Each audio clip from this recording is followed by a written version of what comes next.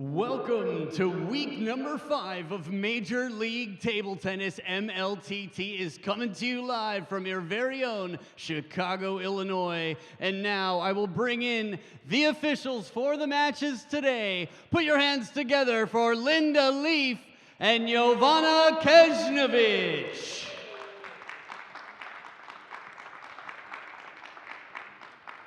And the first challengers for today, the number 2 team. Make some noise for Carolina Gold Rush!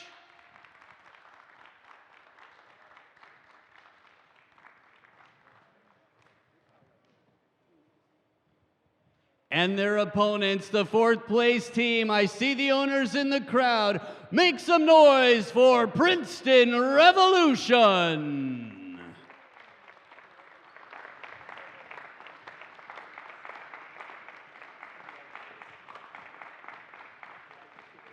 Alrighty, now that all the warriors are here, let's shake some hands and slap some skins and let the games begin.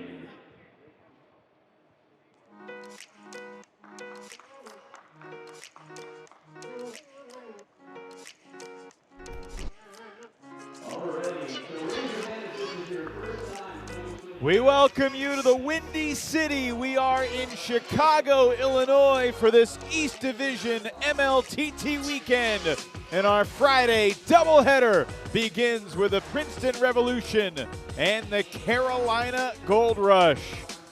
Unseasonably warm day in Chicago. It's very pleasant for November. And this is going to be a highly competitive weekend. We begin with Carolina and Princeton. The last time they played, Carolina won the Golden Game in thrilling fashion to erase the 10-5 deficit coming from behind. Carolina chasing Florida atop the East. Later tonight, we'll see Florida and Chicago. I'm Evan Lepler, and it is so great to welcome in Matt Hetherington to the MLTT broadcast team. Matt, before we get into the specifics of the weekend, I'm just curious to get your bird's eye view as a longtime table tennis aficionado, what you have thought of the league so far. Honestly, for me to be here now is amazing. I've been on the edge of my seat watching the live streams week in, week out. These matches, it's really something different. It's exciting to have a professional table tennis league starting here in the US, but to have it in a format that's not seen anywhere else in the world really brings something special to it as well. Look forward to getting into all of your thoughts from the first couple of months, but let's take a look at the opening lineup for today. We begin with some big hitters, Jishan Liang and Enzo Angles. What else catches your eye on the lineup for the evening? A couple of things. Obviously, Princeton Revolution trying out a new doubles combination with Prishepa and Angela Guan. So we'll see how they go up against quite the reliable pairing of Enzo and Honglin. And for me, Wang Zhishen and Roman in the last match, this is their 3rd meeting out of 3. And they've taken one victory each so far, but have had really close matches. So that 4th singles match is one that I'm looking forward to as well. 4 of the 6 games they've played have been 11-10. Another was 11-9. But let's dive in to Jishan and Enzo. Enzo currently number 2 in the MLTT power rankings. He's been a phenomenally versatile and dominant player, a tough guy to beat. He took 2 out of 3 from Jishan when they met in Myrtle Beach in October. Yeah, I mean, there's a reason why he's one of the top players in the league. He is a very, you can just see how motivated he is to lead his team by example. He gets out there and he gets down to business. And he's a player that will really just find any way possible to win a point from the depths of impossibility. He just keeps going after everything to try and pull out the win. So definitely a strong player. And Jishan took a game off him when they met a month ago. I mean, he went 4-2 in singles in his first MLTT weekend, and he's also a lefty, so a lefty going against a lefty. Yeah, interesting matchup. Always when you have 2 left-handers, it's hard to see how things can go. Jishan obviously has an enormous forehand game, so For him, if he can get into those powerful forehands, he's got a chance against anyone in this league. Princeton Revolution begin this weekend in 4th place in the East, but they've really got their full lineup together, I think, for the first time all year, and kind of the pieces seemingly in place. If they can get doubles going, Prishepa and Wong will be the doubles combo, or Prishepa and Guan, I should say. But Jishan will try to set the tone here early against Enzo. We are at the Wintrust Sports Complex in Bedford Park, just outside of Chicago. It's basically Chicago. Reminder of the competition format in MLTT, 4 singles matches. They're all 3 games to 11. The 1 doubles match. Turns out in this team match, it'll be mixed doubles with Prishepa and Guan against Angles and Hong Lin. And then the golden game, which is worth 6 points, 1 game to 21 with the players alternating every 4. You've followed MLTT from afar. As you've watched your first golden game, what was going through your mind? I think it's just the fact that it doesn't matter how many points are played. You always feel like you have no idea who's going to win, right down until the very last point that's scored. So it's a nail biter for sure. Princeton and Carolina played in September, played in October. Both golden games between these two teams were 21-19. Great to have you with us wherever you are. The 5th MLTT weekend. It's the 3rd East Division weekend, and it's a real important one as we kind of inch toward the mid-season. And Jishan Liang will serve first against Enzo Angles. Enjoy.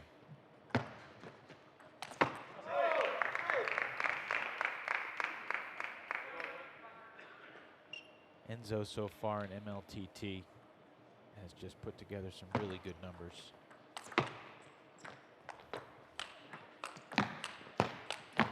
To your point, Matt, he does things to stay in points that are just unusual and uncommon.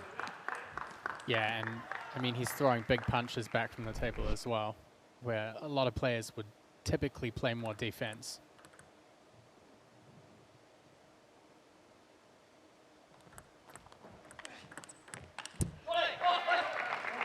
Leong's on the board. Enzo 13-5 in singles. No one in the league has more singles games wins than he does. He's tied with Ko-Lei. Ko-Lei #1 in the power rankings. For the Portland Paddlers, Enzo Angles #2.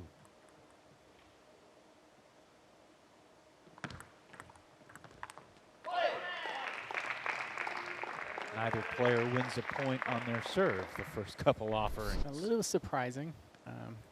Obviously, both players will be a little bit, maybe a little tentative. I mean, knowing how powerful each player's attacks are, you can see that, especially Enzo's trying to keep the ball short to the forehand. But typically, once the rally opens up, you'll see a lot from those backhand diagonals with 2 lefties. 6 straight points won by the returner. Opens up, you'll see a lot from those backhand diagonals with 2 lefties.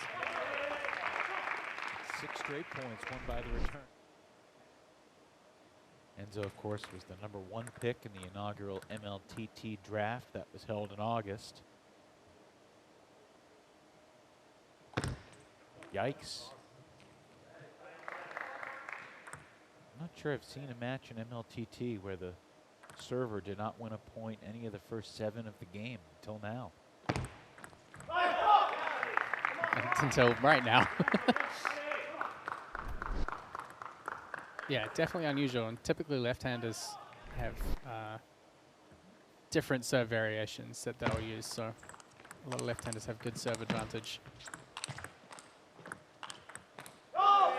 It was a good deep serve from Liang, but Enzo handled it well and takes a 6-3 lead. What do you see as the keys for Jishan to handle Enzo's power?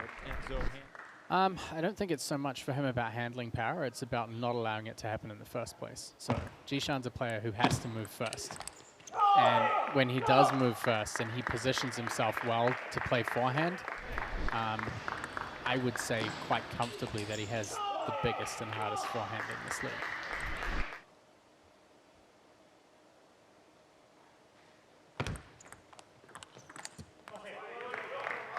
The biggest and hardest forehand in the league, you think, is Jishan Liang? Yeah.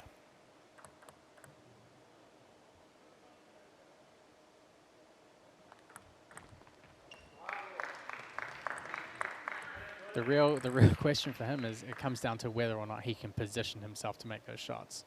And so far, Enzo's doing a really good job of making sure that it doesn't happen, or if he does get in position, he's not quite able to transfer as much weight.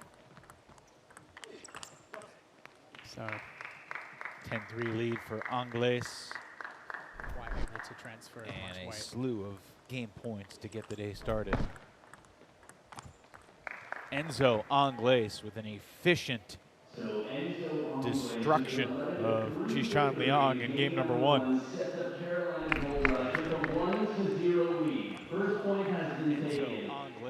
That's a really, really decisive start. Again, Enzo really taking that role of leadership for this team.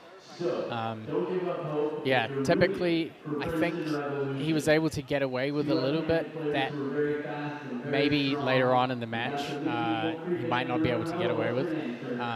Some of his serve returns short to Jishan's forehand were quite loose. They were a little bit high. Against someone like Jishan, you don't want to do that. You're putting yourself at a huge amount of risk. But Jishan just looked quite unsettled. He didn't really play big forehands. Almost a little bit tentative. Even that last ball that you just saw, kind of overreaching.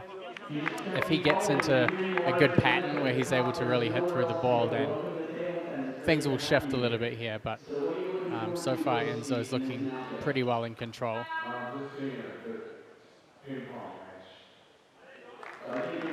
Jishan getting some words of wisdom from his coach, Matthias Habasson, along with his teammates, Jinshin Wang and Yevgen Prishepa. Last time the Revolution played the Gold Rush, Jishan didn't just play singles, he also played doubles, which meant he was going head-to-head with his wife, Hong Lin, who's going to be Enzo's doubles partner. And Hong is Jishan's life doubles partner, but in MLTT. Oh, catching the edge, and Enzo off to a good start in game 2. Quick footwork on the step around from Enzo Angles.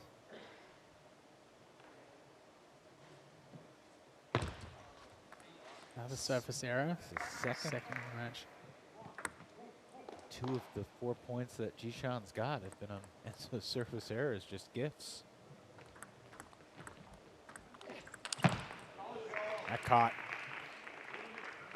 Best shot of the day, best forehand of the day so far for Jishan Liang. That's what you're talking about? Yeah. Yeah, typically we've seen Enzo actively stay away from that. So again, playing that backhand diagonal is a little bit safer for him.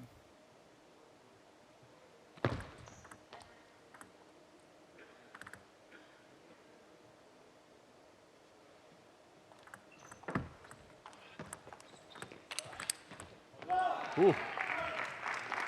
Great angle from Liang on the reply, and a 3-2 lead here in game 2.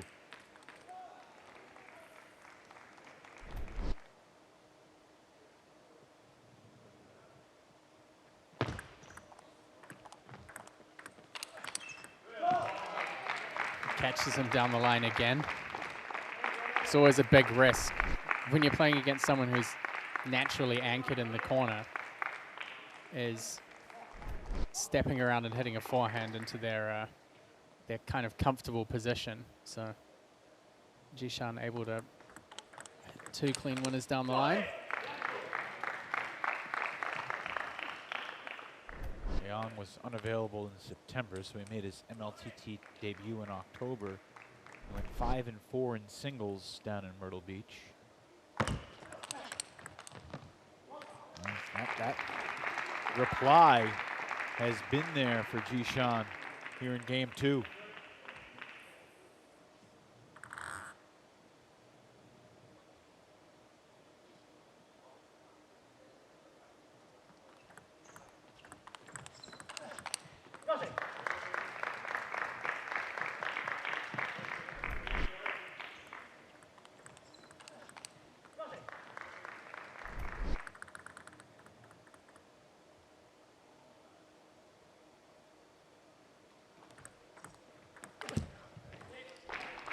Anglaise looking down at his paddle as if to say, how dare you betray me?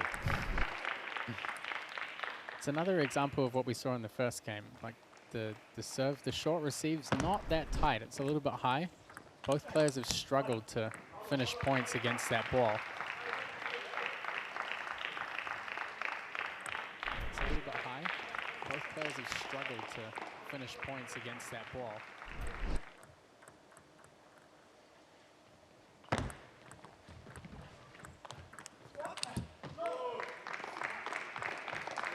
We've seen this from Anglaise in the past. If he makes an error or two, you can feel the frustration from the body language. And it seems like it comes from the incredibly high expectations that he has for himself. Yeah, definitely. And, you know, he's wearing the mantle for the team here of getting the ball rolling from the first match. To that point, the last time that Carolina played Princeton, Carolina only had 5 of the 15 points heading into the Golden Game. 4 of those 5 points were from Enzo.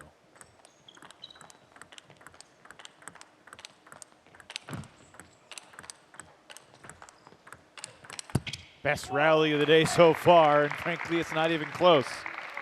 This really tells you everything you need to know about the second game. Is Jishan's come out here, obviously knowing that he was maybe overplaying a little bit, being tentative with a forehand. This game, he's just come out and really taken more control, especially with the backhand.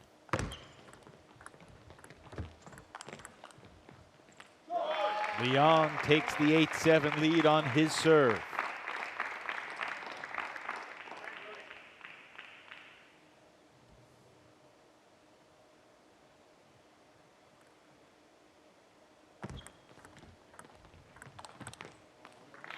Excellent backhand from Anglaise. Really putting the pressure on Liang. So we're tied 8-8.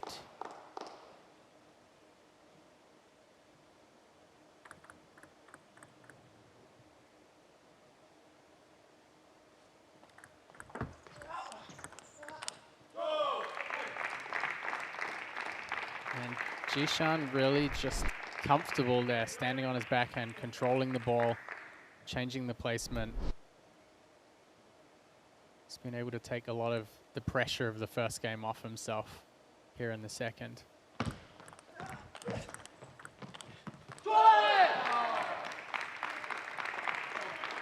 Footwork for Anglaise was off kilter from the start. He dropped the paddle after the point. Jishan Liang has a pair of game points to even up this opening singles match, 1 game apiece.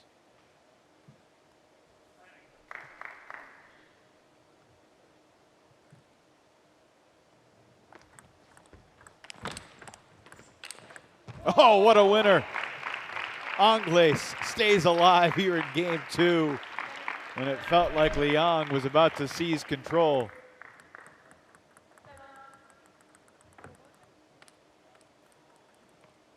Timeout taken by the Princeton Revolution. Liang's got 1 serve here, up 10-9 to try and close this out, Matt. If Anglaise can win the point, then he will have the serve at 10-all. Yeah, it's difficult to know what Jishan's bench would tell him in this situation. I mean, obviously, his strength is to serve and position himself to play bigger forehand attacks. But this game, he's done so well from just maintaining control and kind of winning points, I guess, in a way that Enzo wouldn't necessarily expect from him. So it's a matter of whether he continues playing in a way that's helped him win in this game or whether he goes, I guess, you could say for the element of surprise, but it's also the element of the obvious, which is to put his foot down on the attack here and try and close out this last point. Do you like the early timeout call here? Yeah, I mean, I think they need this. I think this match matters a lot for them. If they can position Jishan here to come out of this with a 2-1 win against Enzo, that could be the make or break for them, honestly. Game point, Jishan Liang. 10 all. So after 11-3 in game one, we go the distance in game two. The first golden point here in Chicago between Angles and Liang. Enzo to serve.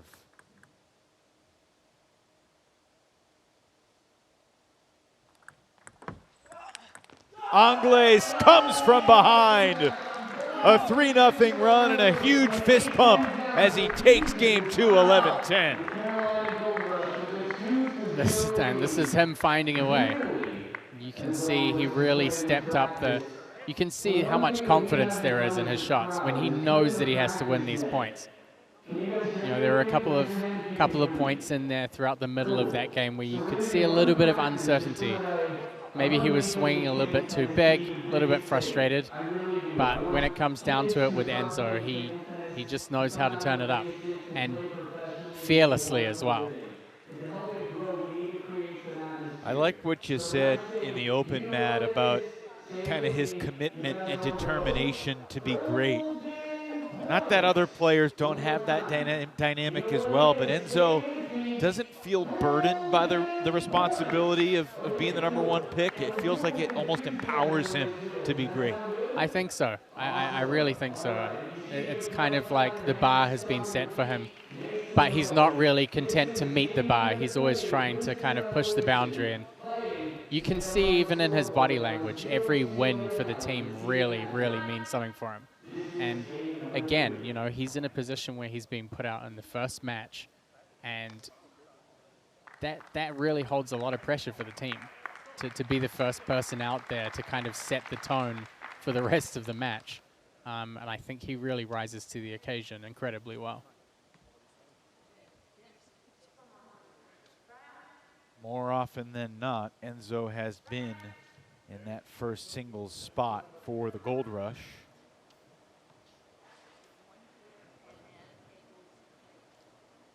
Looks like the scorecard is missing a 2. You never know what issues you might run into. Linda Leaf, new MLTT umpire. I would flip the whole score. I would flip the whole thing around and then flip the 2 from the other side. Look at this resourcefulness, though. Yeah, they're ready.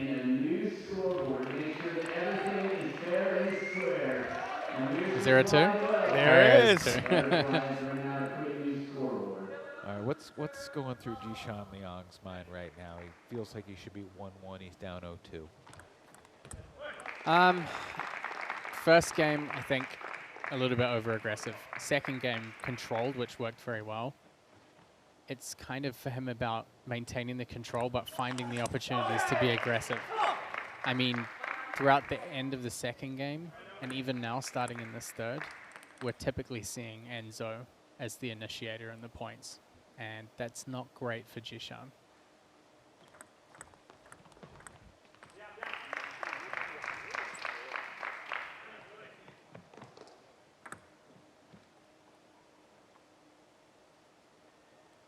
Angles, the Frenchman, 28 years old. A 3-1 lead here in game 3. He went 8-1 in singles in Daytona Beach in September. And he went 5-4 in singles in Myrtle Beach. He was not as dominant in the second East Division weekend, but he still went 5-4, still finished with a winning record. Still went 7-2 in doubles, mind you, playing with Hong Lin. Just steady, steady attack there from Enzo on the step around forehand. Enzo's had winning records in the Golden Game, scoring more points than he loses, both in Myrtle Beach and Daytona Beach.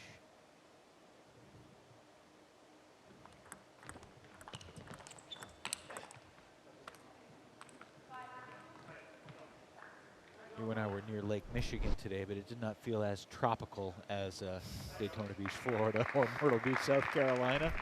That's for sure. There's a little bite to it. We had a brunch outside, though, and yes, there was a heater nearby, but in the sun, it felt comfortable. It was good. It was a nice day today. Nicer than 2 weeks ago when you were in Chicago. 6-2 lead now for Angles. You can really see now the psychological impact that that second game has had. For sure.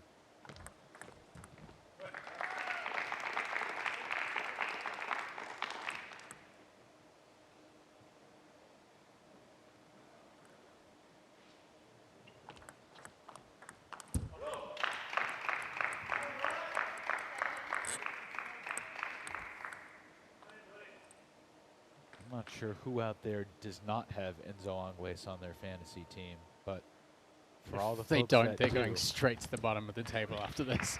I mean, that's the way the MLTT fantasy is set up. It's pretty easy to take the top players, and if they deliver, then it's more about who else you took, which middle tier players are going to have a good weekend. And I know that Sean O'Neill, that is his primary focus going into this weekend, because he was not pleased with his fantasy team's performance a couple weeks ago in Houston.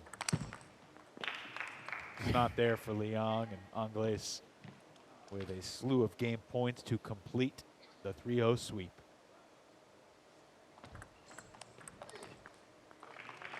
Needs at least one more.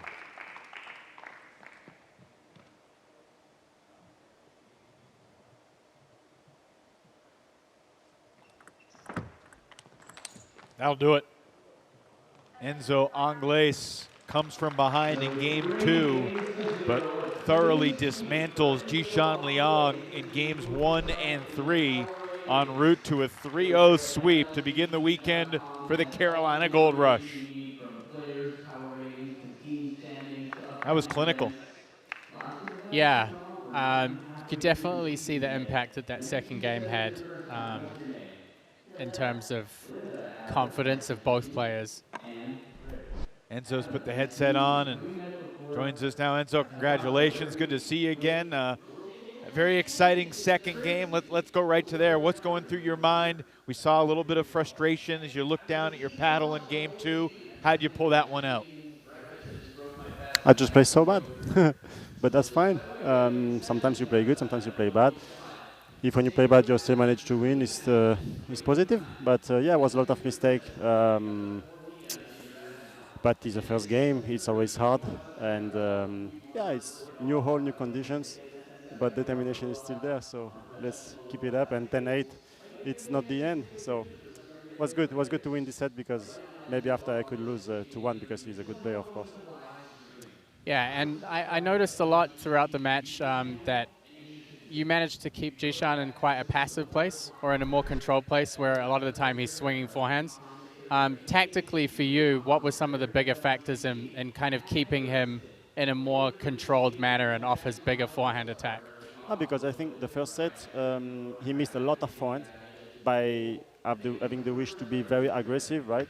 I think after he had to calm down and to make me play a little bit, and it worked. It worked actually because it was 10-8, and I made a lot of mistakes that usually I don't make, but today I make. So it's like this, and then I had to manage with what I had today. So yeah. Enzo, does it feel like you're developing a routine for Major League Table Tennis now? This is the 3rd weekend you've played. What type of routine do you think? In terms of arriving and feeling comfortable in the new venue and reconnecting with your teammates and getting ready for a weekend? Yeah, we are used to that, traveling the world and then arrive. You know, sometimes you just travel so many hours and then play one game, play 15 minutes, and then out, and you go back home with that, you know. So you have to adapt as fast as you can to be able to be in the best conditions. MLTT made you travel an extra time zone for this weekend compared to the previous 2. Did that impact you at all? Exactly. But no, it's okay. We are used to it. Even for the body, it's not so good, but we have to manage it and take care of the body as well. Well, I know you didn't feel great about how you played in game 2, but you got the 3-0 sweep. Heck of a way to start the weekend. We'll see you in doubles in a little bit. Thanks, yeah, Enzo. that went better for the team. Thank you. All right, second singles coming up.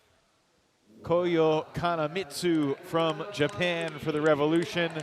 And good to see Bastien Dupont again. We didn't see him in Myrtle Beach in October, but he was a solid contributor for Carolina in Daytona Beach in September. And as we look at DuPont, I'm curious to hear, Matt, what you're most looking forward to about this match. I think it's going to be a really interesting match. Obviously, DuPont had a great start in the league, winning in week 1 over Princeton in his singles. Koyo is kind of a mystery player. You know, a lot of players know that he's quite a high-level player. We've seen a little bit of up and down from him. So, you know, we know the levels there. A lot of questions really about whether his opponents can kind of lock him down or whether his top level is going to come out. So the challenge is on for Bastien DuPont, but, you know, I love matches like this because you see a lot of different style matchups. So, you know, a more European style, a more Asian style or Japanese style. So there's a lot of different ways of playing in the matches here.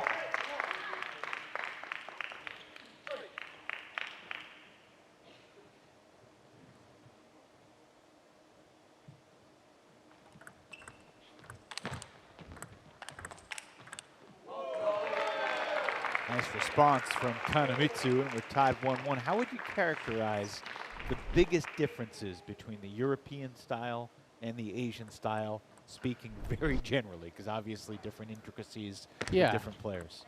I think a lot of the kind of touch and timing of European players comes down to like personal feeling. You know, players might not develop the most technically precise shots.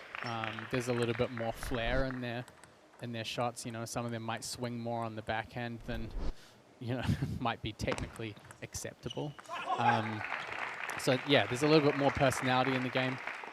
Generally with the Asian nations, they're very focused on having a technical routine, so more technical precision and sometimes more technical consistency as well.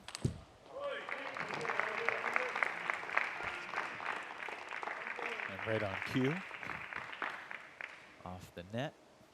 3-2 lead for Kanamitsu. Oh! Koyo in front, 4-2. Angling the backhand return to the side.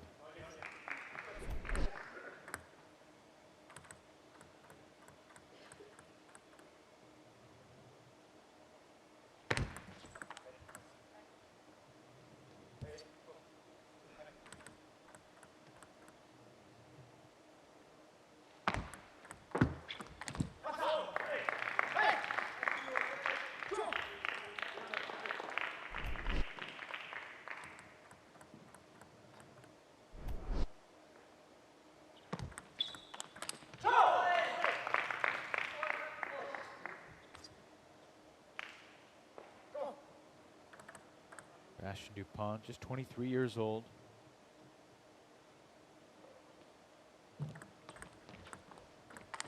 Ooh, good forehand there from Kanamitsu. And for both these guys, last time they competed, it was their first ever MLTT opportunity. Both should be a little bit more comfortable. Round 2. Great ankle play there from DuPont. When Bastien DuPont came to Daytona Beach in September, that was his first time ever in the United States. Not bad to come away with a singles win first. He played singles once, went 2-1. He also played doubles once and went 2-1, playing with Enzo.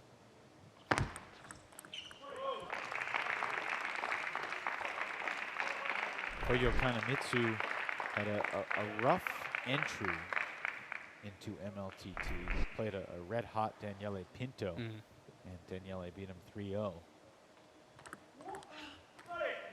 I think that was quite a big surprise for a lot of the players in the league, which is kind of what I alluded to a little bit earlier.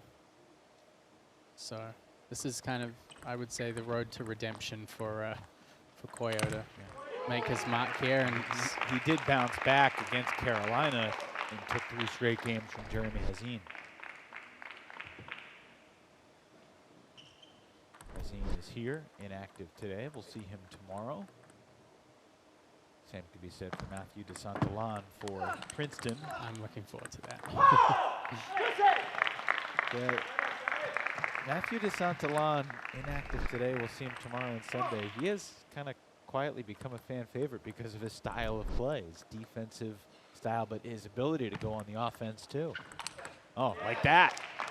Speaking of offense from Koyo Kanemitsu, and we're tied 8-all here in game one, second singles match of the day.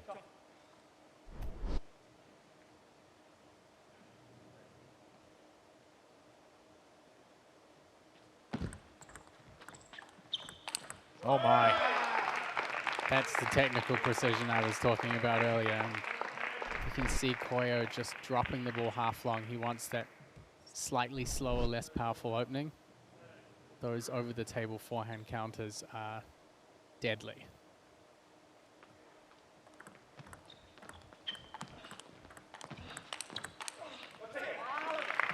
Nine all.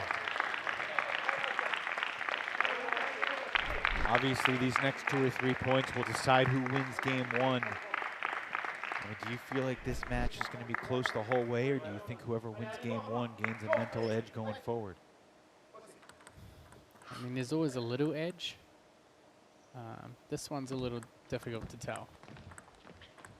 Kanemitsu with a forehand one more time. I think it's more important for Koyo to kind of, I mean, team's down 3-0 already, so this match is really important for the team. 10-all. Second time in 4 games today, we reach golden point. About 1 in every 7 games so far in MLTT has been decided by 1. So far today, it's 1 out of every 2.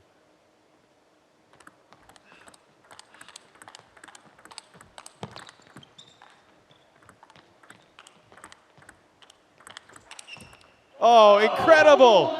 Bastion DuPont with a half-hearted apology, but he wins a marathon golden point to take game one for Carolina. You could see both players were just a little bit tentative about not taking too much risk, but you could see DuPont kind of built up into that point. And at the end of it, he was starting to take more swings. So, you know, a bit of risk, a bit of reward. Slight clip of the net cord on the way, but fortune favors the brave. Yeah, perhaps not the same exaltation in the celebration as if he had won it with a clean winner, but hey, it counts the same, and Bastion DuPont delivers on golden point there. And that's twice now. Carolina Gold Rush have been down a couple game points, and so Enzo was down 10-8, came from behind. DuPont down 10-9, comes from behind. Not how Matthias Habasson wanted to see this weekend begin for his Princeton team that kind of felt like they finally had their pieces in place to do some damage here. Yeah, definitely. And, you know, I think we've seen in the first match, Jishan didn't really find his game or the way that he wanted to play.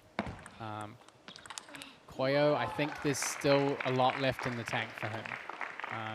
We saw some glimpses of what he's really devastating at, but we also saw some unforced errors as well. So.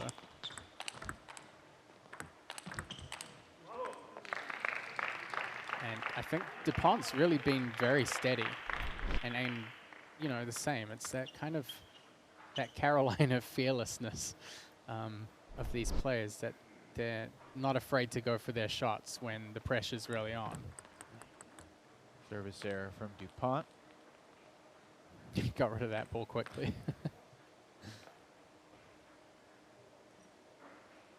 Clearly was the ball's fault. It's interesting that you mentioned kind of the team vibe as being a factor in Carolina emerging. And look, I think you're absolutely right. We saw it, especially in week one, the Florida Crocs kind of embrace that identity, that you know, competitive demeanor. They found something early, found a little success. I mean, Arias with the chomp, it kind of took a life of its own. Yeah, it's just it feeds confidence into the players that no matter what stage of a game they're at, if they're winning or they're losing or it's close or, you know, maybe they're getting wiped out, they just keep on going.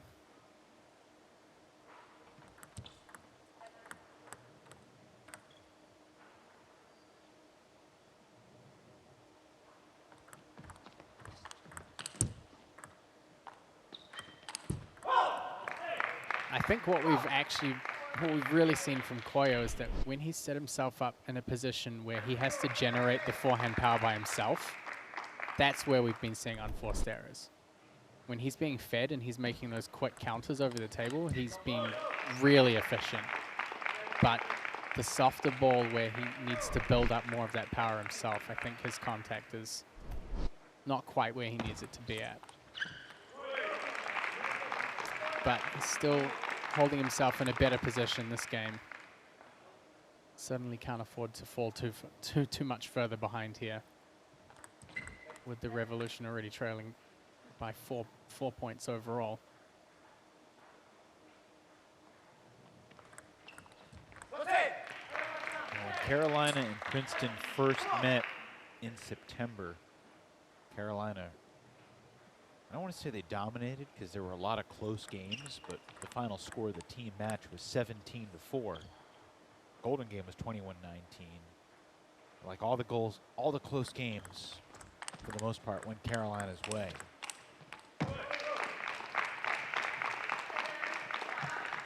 That was the match that Romain Lawrence beat Jinxian Wang 11-10, 11-10, 11-10. 11-10. We'll see those two square off again later. There's something about their styles brings the best out of each other. I don't know about the best, but the most entertaining table tennis, perhaps. Maybe their coaches are having a little meeting before the match and figuring out how to put them up against each other.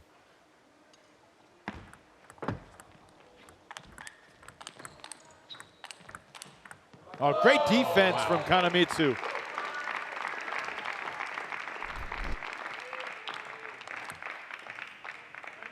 Excellent short return initially, allowed DuPont to take control, but Kanamitsu turned it around. And there's to what you were saying. That was a hittable ball without much pace, and Kanamitsu errs.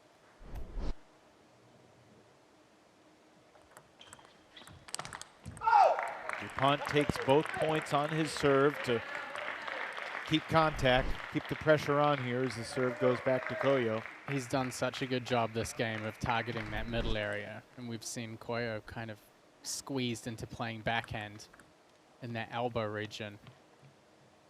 Really uncomfortable, really passive. So DuPont's getting great placement here.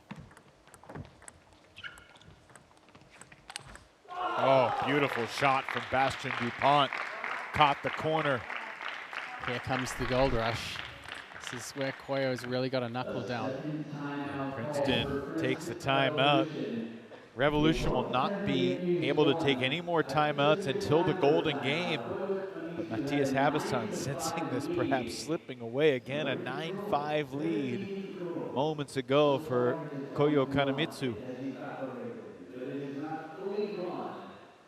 A chance now for Koyo Kanamitsu. Remember, Princeton Revolution is in 4th place this season. It's a very difficult spot for Koyo to be in. Certainly has all of the pieces of the puzzle, but right now, a lot of points just not quite putting them together. We're looking at crossover in Rockville, South Carolina, December 1st. There again is that placement from DuPont, getting it into the elbow. Angle and placement on that last cross-court winner. Inside out forehand to get within one.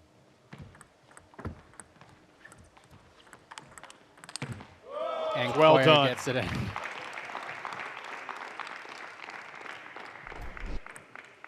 Much better earlier in the bounce for Koyo. Does DuPont have yet another comeback in him? Nope. Service error gives game 2 to Koyo Kanemitsu. And it's the first point of the day for the Princeton Revolution. 11-8.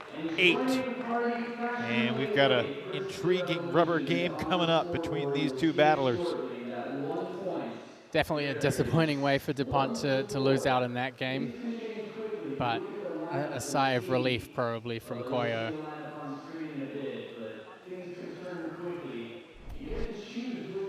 I think definitely, I mean, towards that second game, we saw DuPont just really getting into the elbow of Koyo.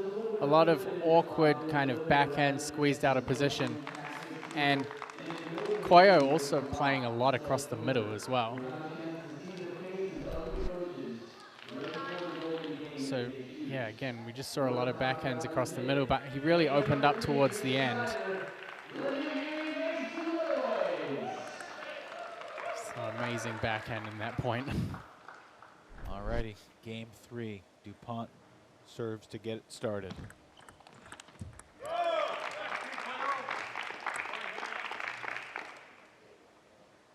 Taking a little bit more initiative on the serve receive there.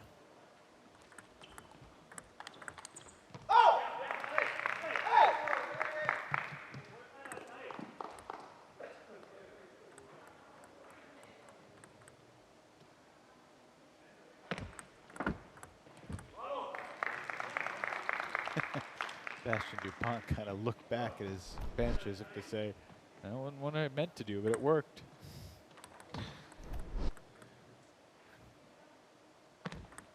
You take something else from that smirk? Oh, Kanemitsu. Boom. That's one way of putting the smirk to rest.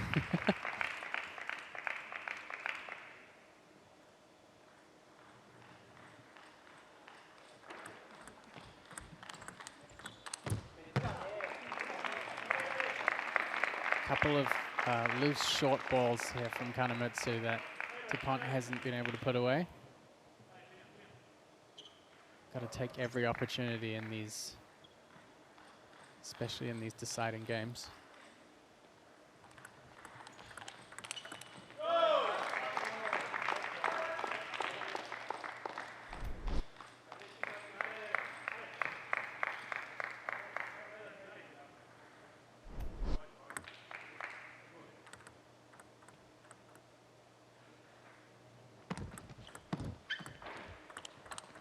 Ooh, that has been the shot for Koyo Kanemitsu.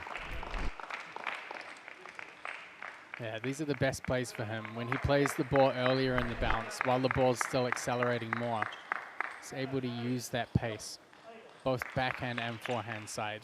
I would say the majority of standout points that he's won have been from those early counters.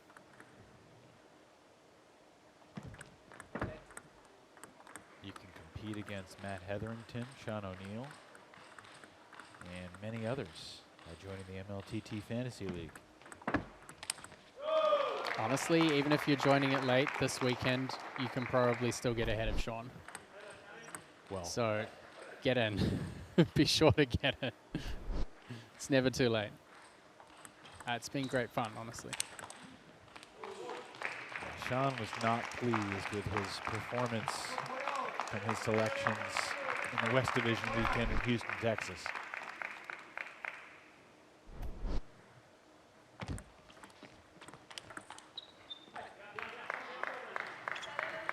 DuPont trying to hang around here. For DuPont, it's been about that early placement that can either put Koyo a little bit off balance or off comfort, and a little bit back from the table as well. Basically, the more over the table or earlier in the bounce that Koyo is playing, the more trouble DuPont's in. So he's got to get a bit more depth, try and push him back. Right now, it's a little bit one-way traffic for Kanemitsu. Pretty good response, though, from the Japanese player after losing the 10-9 lead in game 1.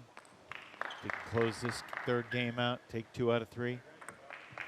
This would make Kanemitsu 5-4 in singles in MLTT after going 3-3 last month. Really, he started 0-3, so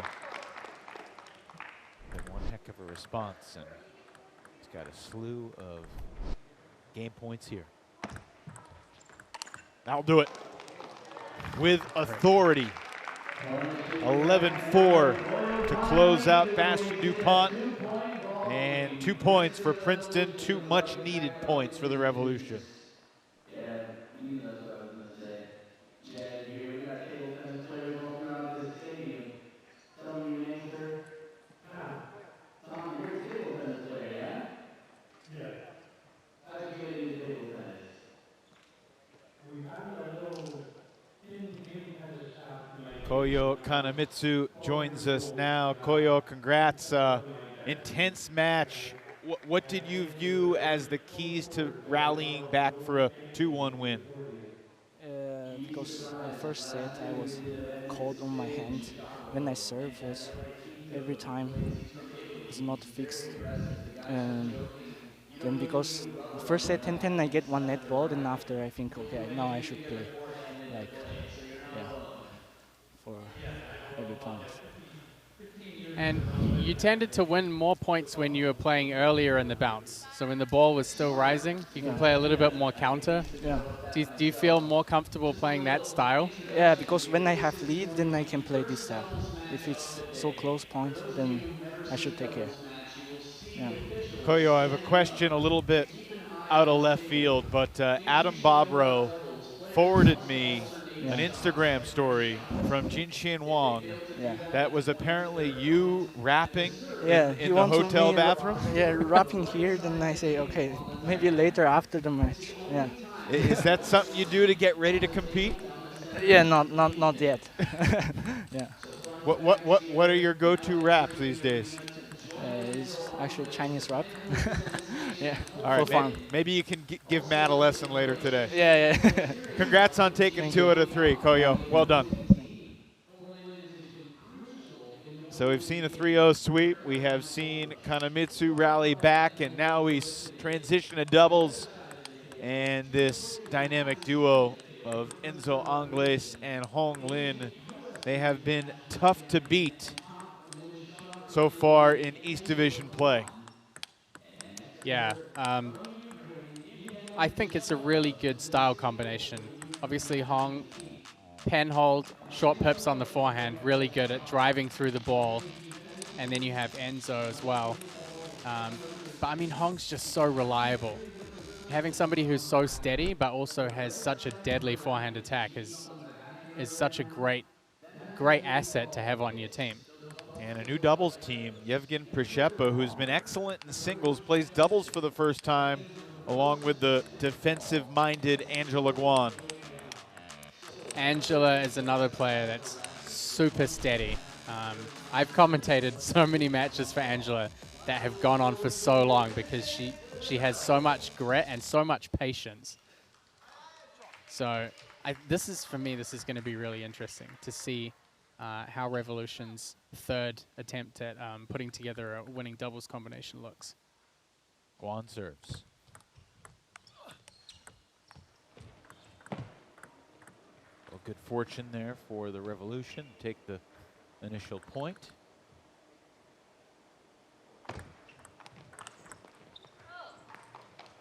Prishepa wasting no time here, getting a great shot down the line.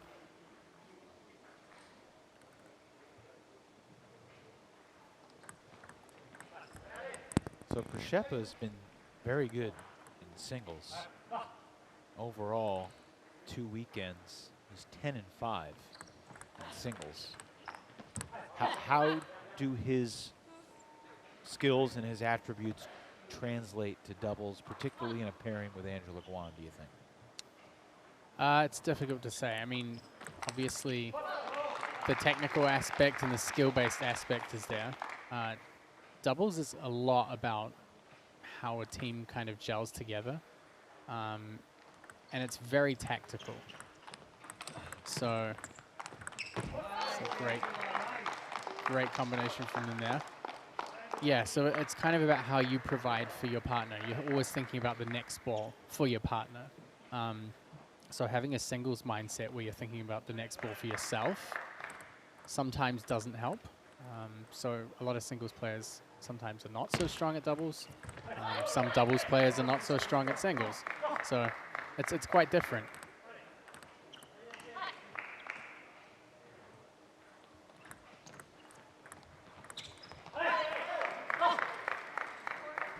Four through the first 8 points. Evan Lepler delighted to be working with Matt Hetherington, doubles national champ in New Zealand. I'm one of those doubles players who's not great at singles.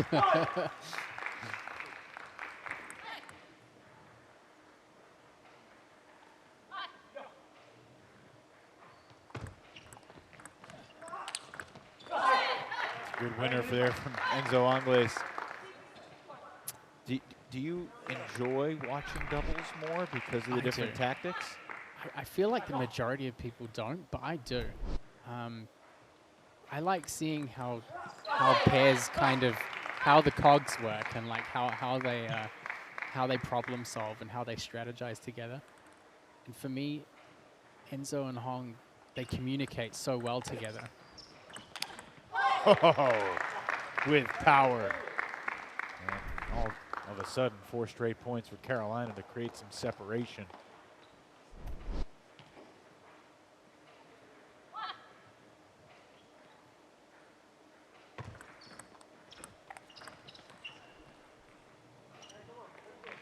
So yeah, I mean, it's all about synergy. And I mean, even if you look at how Enzo and Hong move around each other, it's very smooth.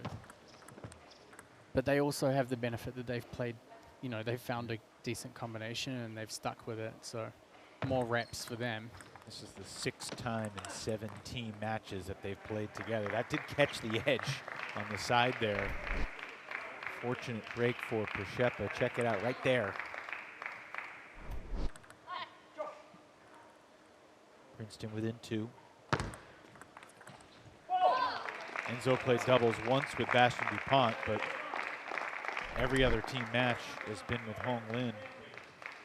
Hong has gone 11-4 in her 5 doubles matches overall, all with Enzo. Enzo is just a point producer for the Gold Rush, day in, day out. It's really staggering how consistent he's been, even to take his own words, when he's not playing well. When he's playing that bad. I feel like he gives that feedback a lot. Well, off to a good start here. The Gold Rush pairing.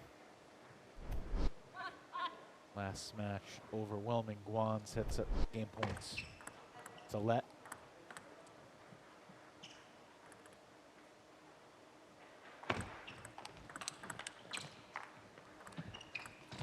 Ooh, that'll do it for game 1.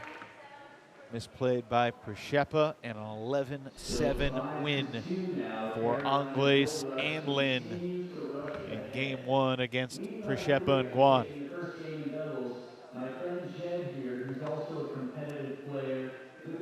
Yeah, so strategically, there's a little bit of work to do here for the Princeton Revolution pairing. There was one point in there with Angela returning serve where instead of chopping, she kind of pushed the ball deeper. With a long pimples player and a defender, you can do a kind of a swipe on the serve return. I think she should be doing that a little bit more. You know, the traditional chopping style is difficult in doubles because what you'll find is as Angela backs away from the table, then Przeppa will also find himself drifting back a little bit. So it's really tough to get the footwork connected right and to get that synergy when you're playing one defender and one attacker. That being said, I think a pretty reasonable start for them. A few little changes, maybe a little bit more aggression from Angela if she can. You know, if the serve's drifting out a little bit, why not get in there and play topspin? We catch him off guard. Yeah, that's not going to cut it against Enzo Angles. Yeah, I think it's just they have a little bit too much time, and It's going to be difficult for Przepper if he's on the back foot that much. So there's that swipe shot that I was talking about. I think for her much more, at least puts them a little bit more on the back foot.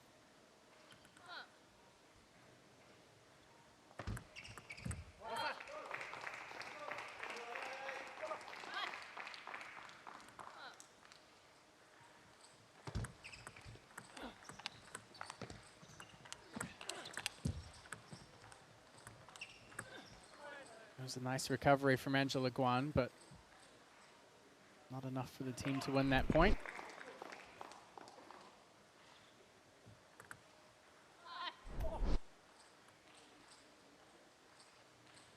It's interesting with the way the schedule works out in Myrtle Beach. When Carolina and Princeton played, it was on the third and final day of competition. And remember, that was a Golden game that went down to the wire. Carolina won 21-19. Hong Lin got bragging rights against her husband, and then they had to drive back home. And you know, Jishan, That would have been a fun drive. Jishan was not all that interested, I don't think, in hearing about it from his wife. They get the head-to-head spouse competition out of the way here on day one. Who knows? The Maybe Chicago weekend. maybe he went to the coaching team at Revolution and said, "Please don't put me in the doubles." I didn't ask either Jishan or Matthias that, but I think it's a possibility. We'll see what the lineup is tomorrow, and obviously, it depends on how Yevgen and Angela do. Well, we've seen the two choppers play together. I did think Jishan playing with Angela was a different dynamic.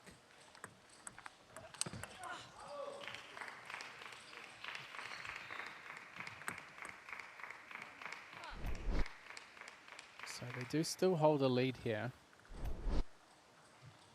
Angela's got to put some pressure on that serve return. That's not it. Well done from Anglaise, ties it at 5.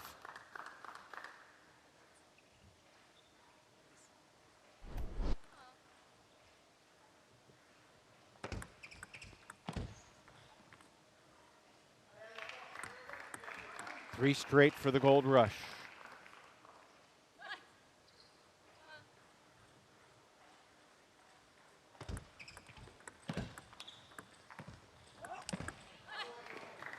That forehand is working here in this doubles match. Yeah, you don't want to give him too much time. When he has time to really move himself in position and set his weight, he can get a lot of power on that forehand.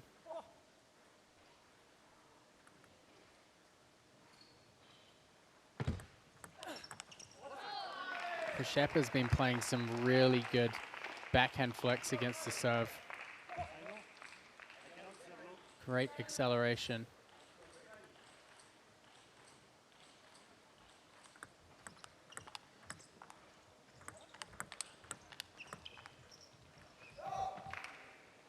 That was Looks very like that close. one just grazed the back edge of the table. Hong Lin acknowledging that. The umpires weren't sure. Ivana Kejnovic taking her time, signaling who was going to win that point until Hong Lin acknowledged that it did catch. And an 8-7 lead for Przepper and Guan after the backhand winner from the Ukrainian. Looks like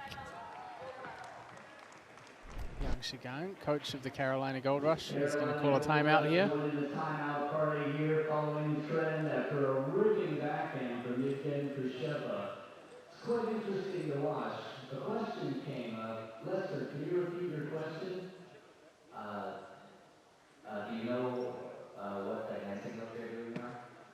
It's a great question. I mean, at this point, not a bad timeout call.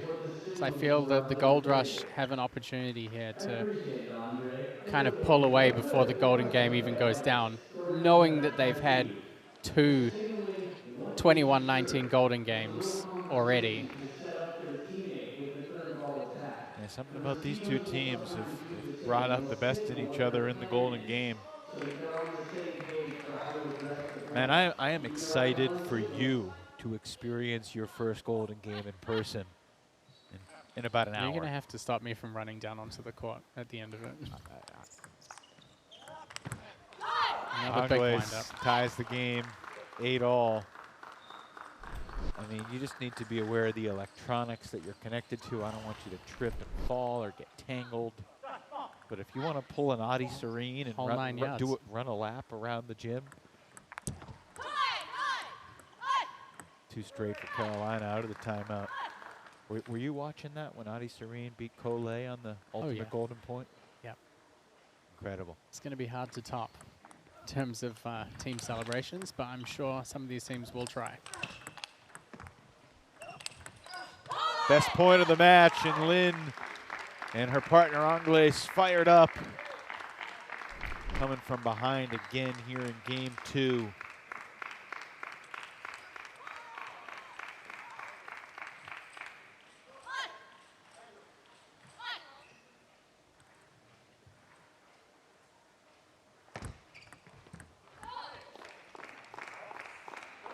Princeton back within 1. Miss-hit return from Angles. Good serve. Guan serving again.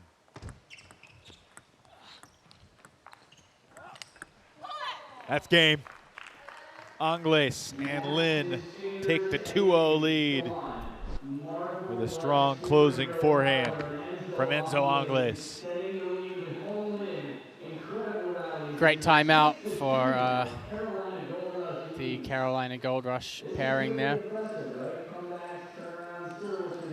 And a good comeback from them. I think, look, we're seeing Przeppa and Guan be competitive, but I think you're also seeing the chemistry that Angles and Lin have built playing together.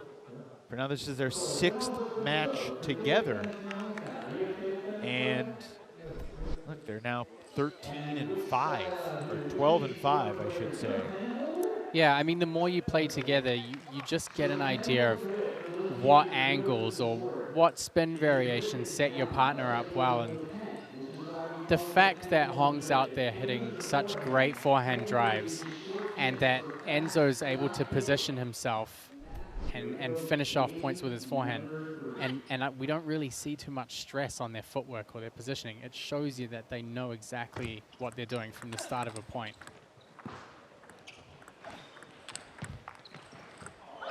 And honestly, I think Guan and Przeppa, they kind of found their stride a little bit more in that second game. They found that range of what distance from the table is comfortable to play for them. And honestly, I thought Przeppa handled things quite well from that mid-distance.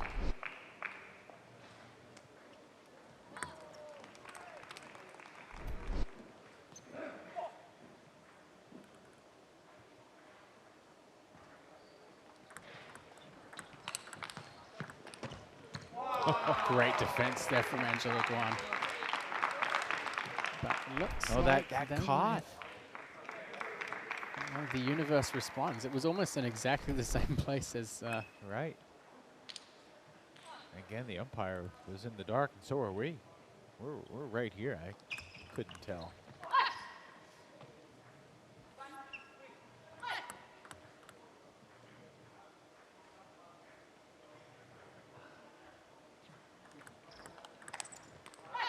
It's a 4-1 lead now here in game 3 for Angles and Lin. Enzo trying to make it 3 points in singles and 3 points in doubles to start this weekend.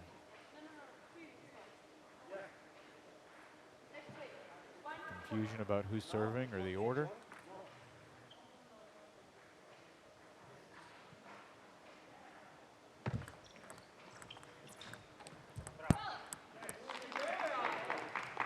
Big point for Przeppa there. Order's going to switch when the players switch sides.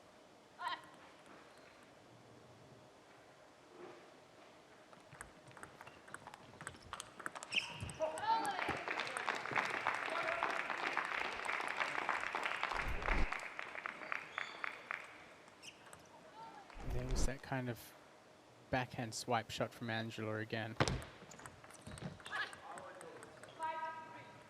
Switch sides at 5-3. I got some numbers for you from the first 4 MLTT weekends. know, there were 120 singles and doubles matches, not including Golden Games. It's 360 games, about 120 matches. About 55% of the matches, the same player won the first 2 games.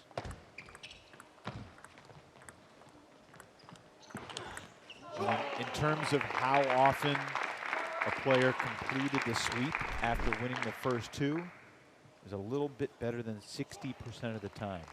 However, there's an interesting wrinkle in that.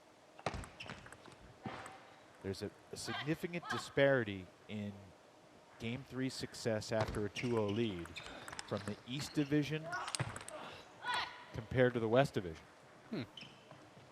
East Division players are exactly 500 through the first couple months in Game 3s after winning the first 2, which is to say that the player that goes down 0-2 wins Game 3 half the time in the East. In the West, the player that's gone up 2-0 has won Game 3 almost 75% of the time.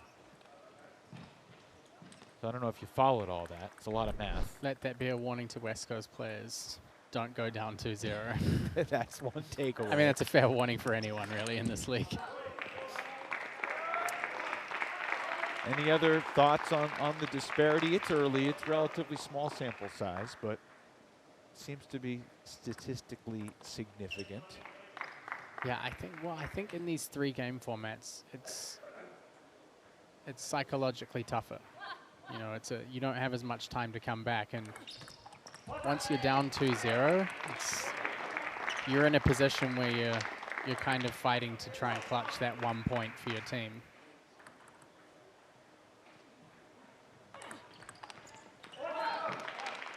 So tying things back up here. Princeton Revolution not quite done here yet. And obviously, there's a big difference here between 7-2 and 6-3 as we head back into the singles matches. Kai Jong and Yevgen Prishepa up next.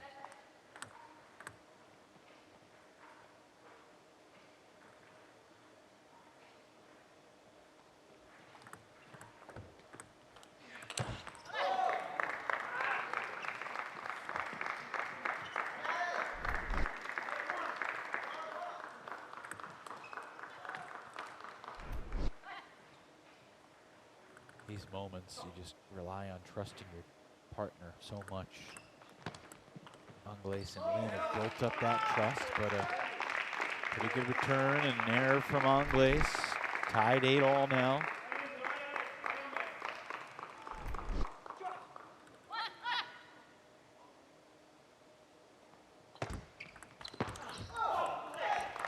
And Enzo over the table. Taking out some frustration on the ball there with a good topspin loop winner.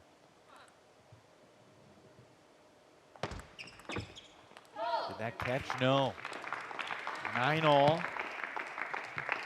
Back to the towels one last time. Prishepa and Guan trying to avoid the sweep.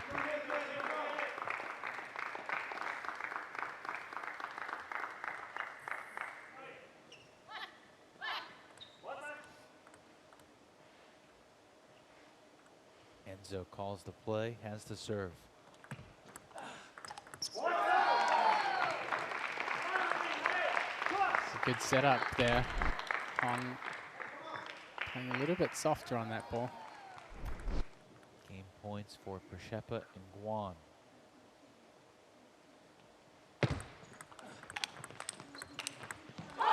Ten all here in this third game in doubles.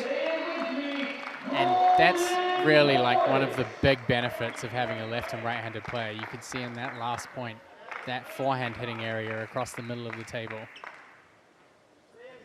Catching opposite directions. And again, this communication is so important in doubles. Prishepa has the serve, golden point.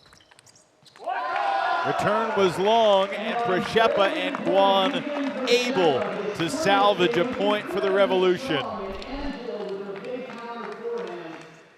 And also fulfills the statistical expectation. Now, twice in this match, a player has gone up 2-0 and They're 1-1 in terms of finishing off the sweep.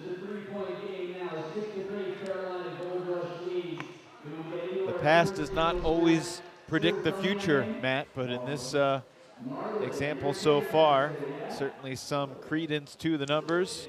Still 2 points for Enzo Angles and Hong Lin. And Hong joins us now. Hong, congrats on taking 2 out of 3. Was there any sense of relief to not be competing against your husband today? Yeah, we are good. What was the key with you and Enzo getting that victory? What were the biggest factors for you and Enzo to get the win? Yeah, I think just relax and confident and go forward. Yeah. So obviously I've been watching from home, but now I'm here, so it's good to see you guys playing in person. I think you and Enzo now are one of the stronger doubles pairs on the East Coast. So how do you feel next month when you play against the West Coast teams? Do you think you have a good chance to win some good doubles matches? Yeah, I think next month just a difficult month. Yeah, for us. So we need more practice and in match we more confidence and more some like coverage. Yeah. Good stuff. Hong, 2 out of 3. Ain't bad at all. Congratulations. We'll see you in the Golden Game in a little bit. Thank you. Thank you, Hong Lin and Enzo Angles. Lose on Golden Point in Game 3, and they do not sweep. And Yevgen Prishepa stays on the table and plays singles. First meeting in MLTT between Yevgen Prishepa and Kai Jong. And, man, both these guys have plenty of firepower. Yeah, they do. Kai is a player that I've seen just sometimes go crazy on his backhand. But he's a player that's equally powerful off both sides, and that's really rare to see. So if he's in his zone, he's a very dangerous player to come up against. Prishepa went 7-2 in singles in Myrtle Beach. He was locked in. Yeah, we saw some great, I think, backhand flips to get into the rally from Prishepa. Good placement with the backhand. Lots of mix and variations, mix and timing. So we'll see if he can disrupt the rhythm of Kai Jong.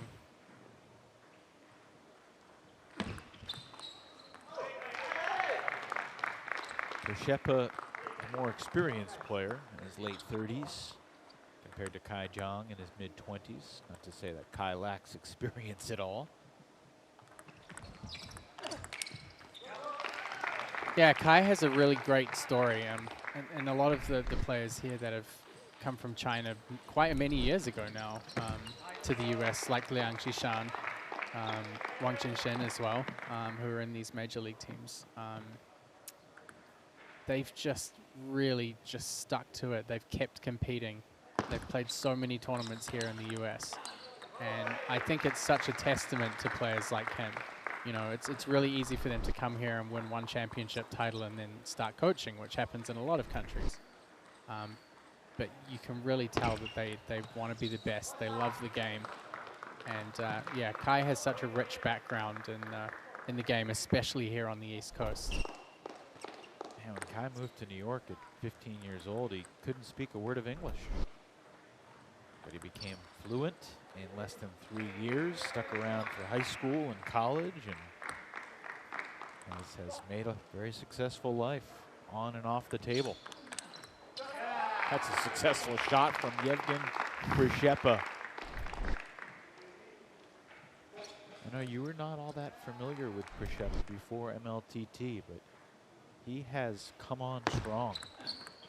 Certainly has shown that he belongs in the upper echelons of the conversations of top players in the league.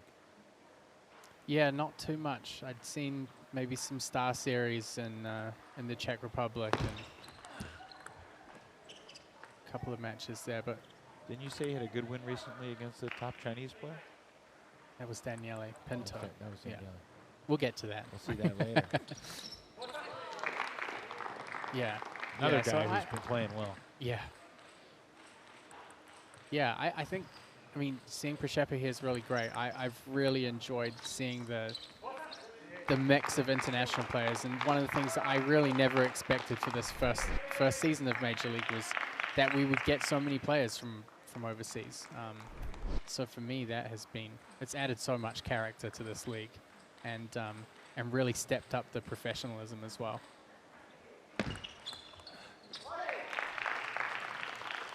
Prashepa grew up in Kyiv, about a 1-minute walk from his home to a table tennis school where he honed his craft. Now he lives in France. Like so many Ukrainians, life is flipped upside down in the past couple of years. Looking for Prashepa. Strong performance here in game one. Game points.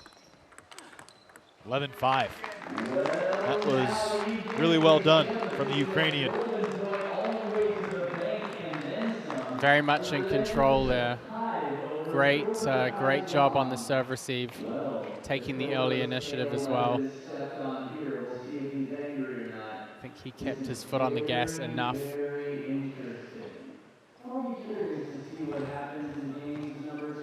The thing I like about his game is that he has such great balance. You know, he has a strong offensive game, but it's kind of tempered as well, where he maintains such a high level of control. So tends to look for strong placement and angles and focus a little bit more on the spin acceleration than direct power. So worked very well for him there in that first game.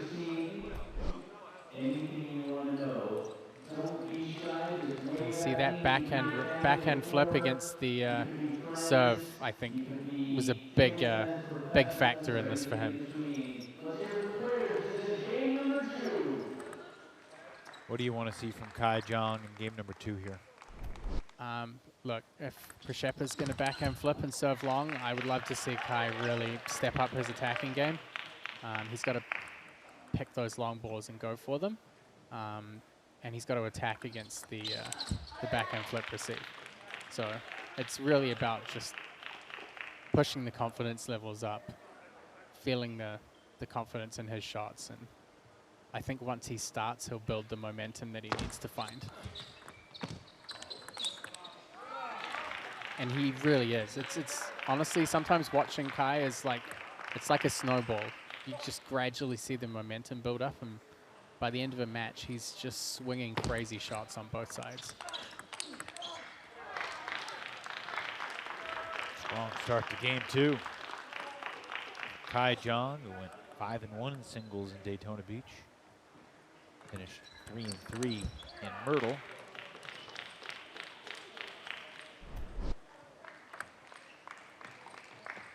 Next time just the East Division teams get together, Matt, will be in 2024 down in Florida, but we got the much anticipated interdivisional weekend.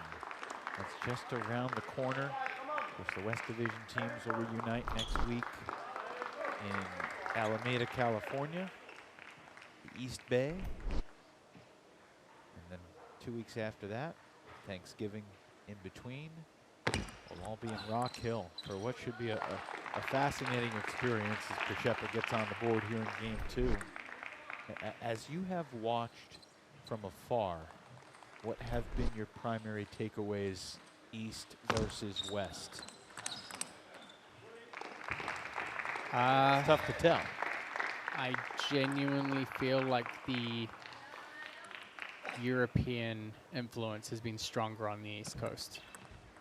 If we look at the top players on the East, it's been Daniel Gorak, Enzo Angles. Whereas on the West, you're looking at players like Kole, Tao Wenjiang. It's going to be really interesting to see those players clash with each other. But also how players like Zhang Kai and Jishan play off against top players that they're maybe a little bit more familiar with, like Tao and Xia Jiwei and players like that.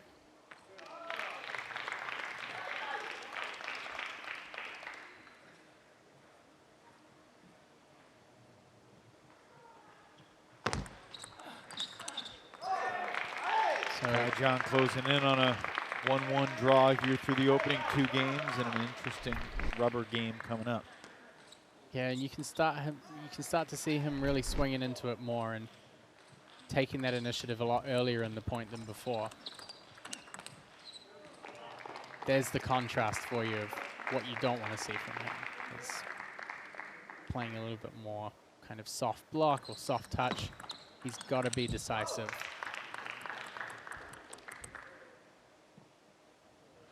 Shepa dominates game 1, 11-5, and Zhang has completely flipped it around here in game 2. Shepa is taking a big swing, why not? Worked out that time. Can he do it 5 more times?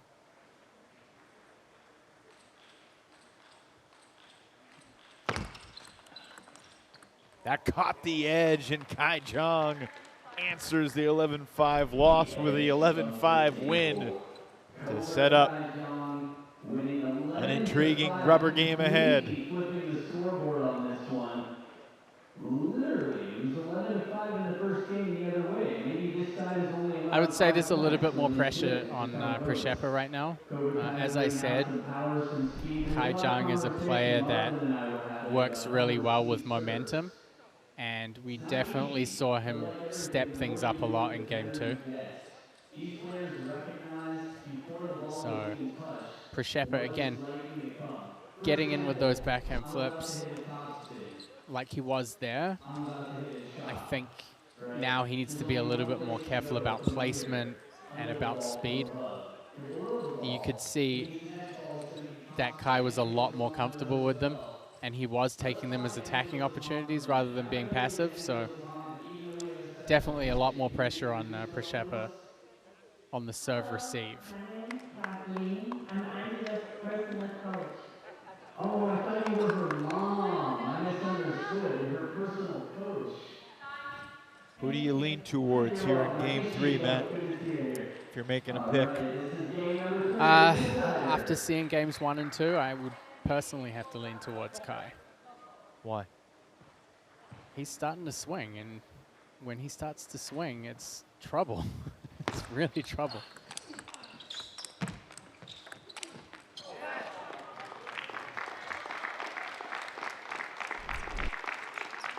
Overcooks that forehand just a tad. We'll give Princeton the 1-0 lead.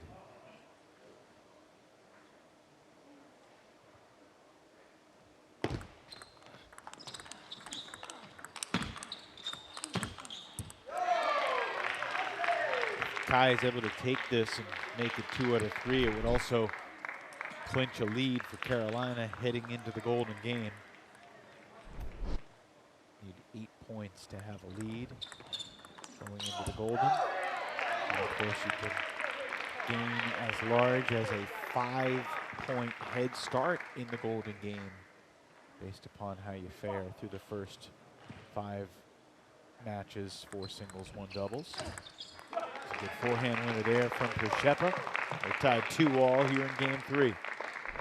Good setup there from the backhand serve. Got a loose forehand receive.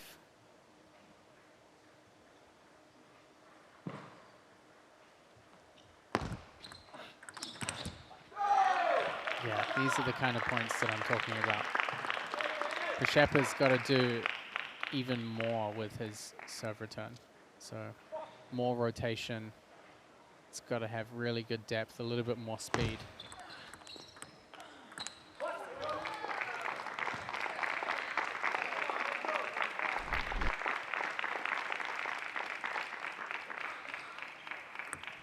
Here's the interesting thing about Princeton's season so far overall.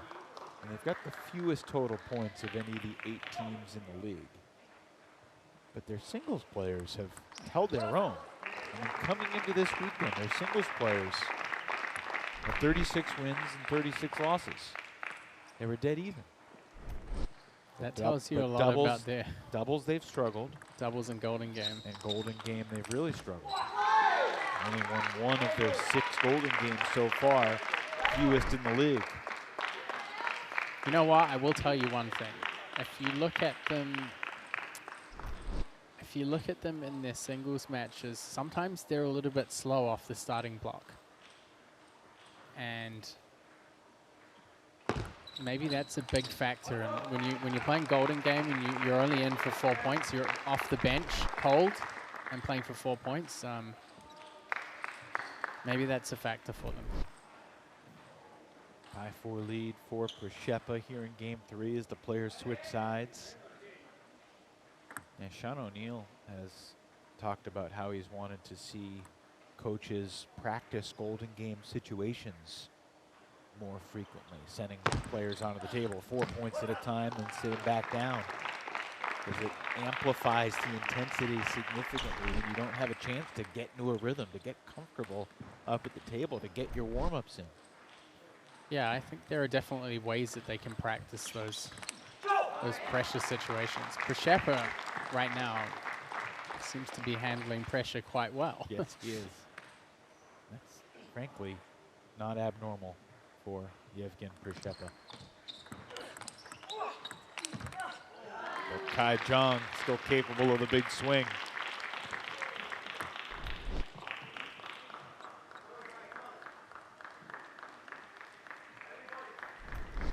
That's a 7-5 here on Jong's serve. He's still leaning Jong. It's close. Yes. Toss up. I still am. If it had got to the point where I felt like he was playing more passively, maybe I'd change my mind. But I think he's still going for his shots. Until we have a sports book with live odds, I'm relying on you to let me know when the odds flip. Uh-oh. Maybe they just did. Certainly, if Yevgen can win both these points on his serve, he will be in a good position. But he's not going to do that because of a good deep return from Jong. Caught Przeszepa off guard, and it's 8-7.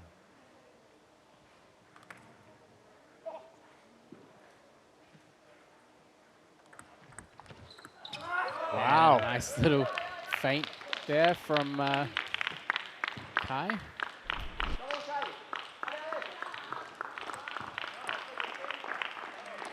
Sometimes it's the simple things that get you where you need to be. 8-all, game 3. Missed it. Przeszepa back in front.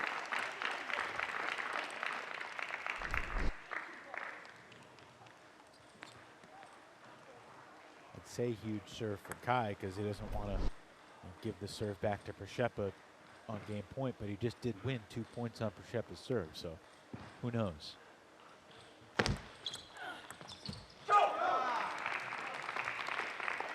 Game points for the 38-year-old Ukrainian.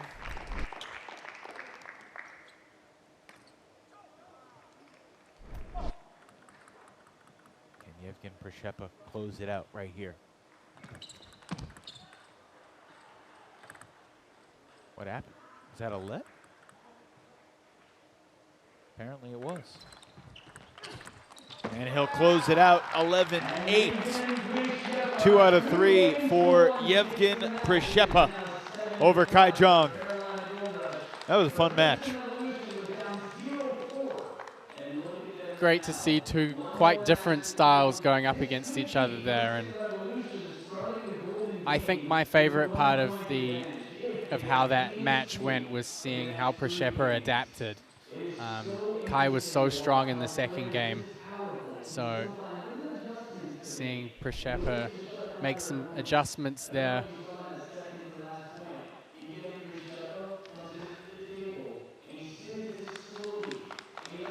So Yevgen Przeszepa, look, he's had a long time on the table, playing doubles and then singles back-to-back, 6 straight games. But he earns 3 now, points now for he's his got team. the tough part, which is the post-match interview. This is the fun part. And he's got the headset on. Yevgen, after a long doubles match and a hard-fought singles match, you get to the fun part of the day, which is the chat with us. Thanks for joining us. That was a fun match between you and Kai. Your first time playing against Kai in Major League Table Tennis. What was that match like for you, the twists and turns of it? Actually, I didn't feel at all my game. So sometimes I play good, sometimes I couldn't serve.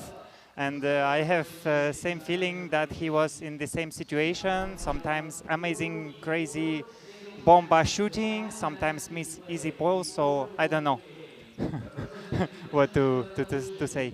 I mean, at the start of game 3, you had won 11-5 and lost 11-5. What was the mindset regrouping for the third game? Just I start to play a little bit safer because I start too aggressively with fast killing serves and I was successful. Second set I miss everything so I just change. I have a lot of services, so I try another one, more safe, more stable. And also, I think on the receive, in the second game, you were using the backhand flip receive a lot. In the second game, he tended to be quite aggressive against that ball. So what kind of changes did you make with that going into the third game? It was all depending from my service. If the big difference between points like 8-3, 4-2, he has no pressure, so he can go full power and that's it. Yevgen, we're getting ready to watch Jinshin Wang and Roman Lorenz, and they've had some unbelievable matches. I don't know if you remember, but 4 of their last 6 games have been 11-10, yes, one way or another. What's the key for Jinshin, your teammate here, as he gets ready to play? I don't know, but I think the main thing in these games is the fighting spirit. Who fight more actually wins. Well said. Thanks for joining us, Yevgen. We'll let you relax and see you in the Golden Game coming up. I like that comment about whoever has the best fighting spirit wins. I think it's... Well, especially with these two, because it so often comes down to just 1 or 2 points. They've played 2 matches, 6 total games, and 5 of those 6 games have been either 11-10 or 11-9. Roman Lorenz has gotten the better of Jinshin Wang in 4 of the 6 games they have played, but they have been very close competitors. Yeah, I mean, he's such a steady player. Looks for a lot of forehand opportunities. Again, not necessarily blasting the ball, but playing with a lot of topspin. I think there are some mirrors and similarities between these two players in the way that they play. They have that kind of balanced spin control game, so which is great for spectators. You know, we get a lot of open rallies and some nice forehand counter topspins. So hopefully we'll see a lot of that. And yeah, as I said right in the very beginning, I'm interested to see who comes out on top in this third matchup from 3 with these two guys. Jinshin Wang showing off the newfound dad strength on the opening 2 points. Jinshin became a father for the first time on October 23rd with his new son, Max. Well, I'm sure his wife Wenting might be at home watching, so if you are Wenting, congratulations to you as well. Ask Jinshin how's it going so far, and he said, good, I'm tired. I understand that. But the dad strength, 4-0 lead for Jinshin Wang. That latent adrenaline.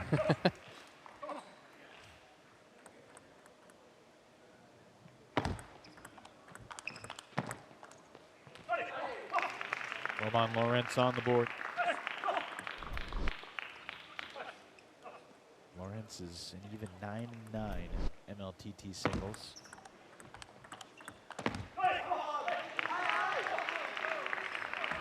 That includes 4-2 against Jinshin Wang,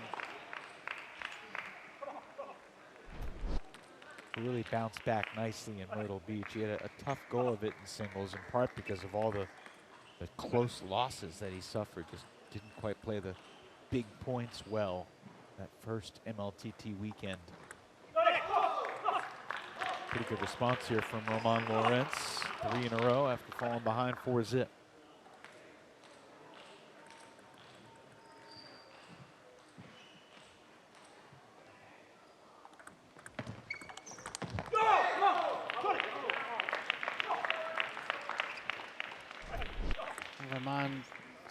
kind of a newcomer to the US table tennis scene, relatively speaking. So we've seen a lot more of him on the East Coast, and especially in the last year and the Westchester tournaments out there.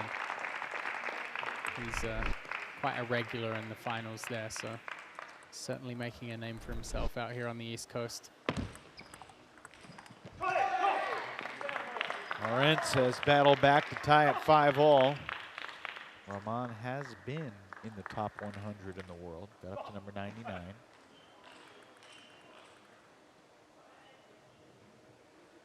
.30-year-old Frenchman.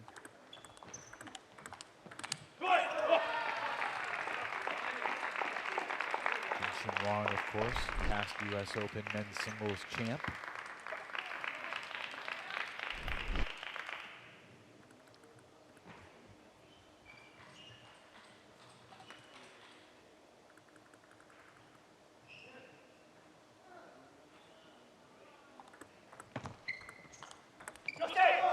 Yes, Roman looking for those forehand opportunities always. Gets great rotation on that first ball. You can see how much that kicked off Qinshin's racket. And he's said, Roman, that he's an attacker, wants to use the forehand as much as possible. Yeah, and you actually notice his grip's a little bit different to the other players here. He kind of has almost a second finger on the paddle, so his finger's a little bit further up, so that allows him to put, I guess, a bit more pressure on the back of his paddle when he's playing forehand.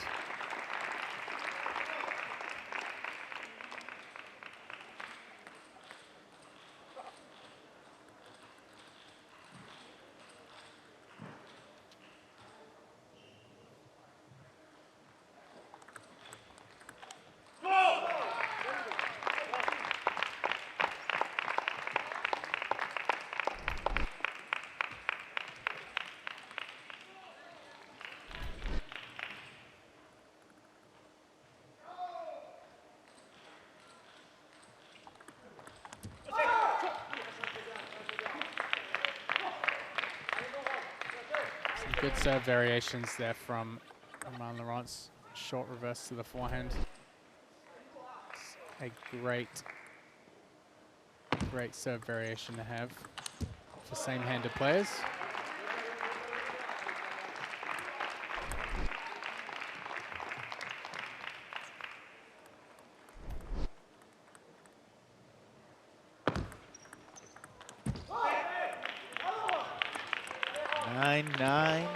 Here in game one, the fourth and final singles match before the Golden Game. And the lead heading into the Golden Game very much hanging in the balance at 7-5 overall on the team tally. Why do I feel like this is going to go to universal point again? Because it likely is. And you are an expert, a table tennis soothsayer, some say. My fantasy league results would argue with that currently.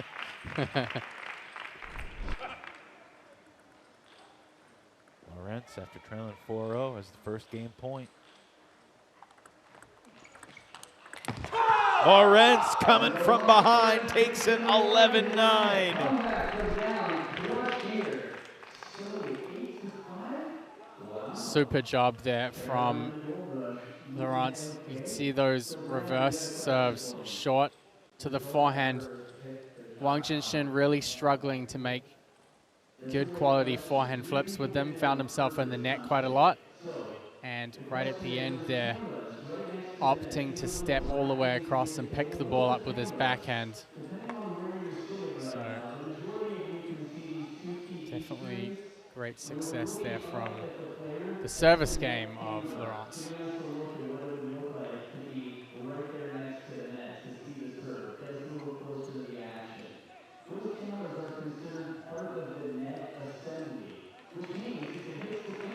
Some good points here. Very, very tactical match going on. And again, both players obviously have played each other before. They're trying to figure out different tactics. Anything that can give them the slightest edge to get ahead here. Man, I may be going into the archives of your past a little bit, but doing the type of digging that a thorough play-by-play announcer does. You do a background search on me? More or less. The authorities will be here any minute. I don't know. You've written eloquently about the dynamic one feels after they have lost many times to the same opponent. Especially it's someone that you feel like you're on relatively equal footing to. I have. And Jinshin Wang might be feeling some of those same pangs of emotion right now because, look, while he did take 2 out of 3 from Romain Lorenz last time they played, that's another close game that he had a lead against Romain and wasn't able to get over the finish line. That caught the edge, wow. Yeah, it's difficult when you come up against somebody many times. They start to get used to things. It really depends on your game style. Sometimes you have things that you did that touch the top edge. That did touch the top edge. Got a nice clean around the net shot. Somebody in the crowds shouted out replay, and we have one.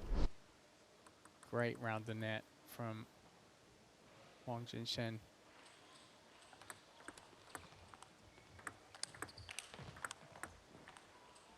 I'm sure whatever happens with the match now, he's at least put his name in the basket for a top 10 on the highlight reel for this weekend.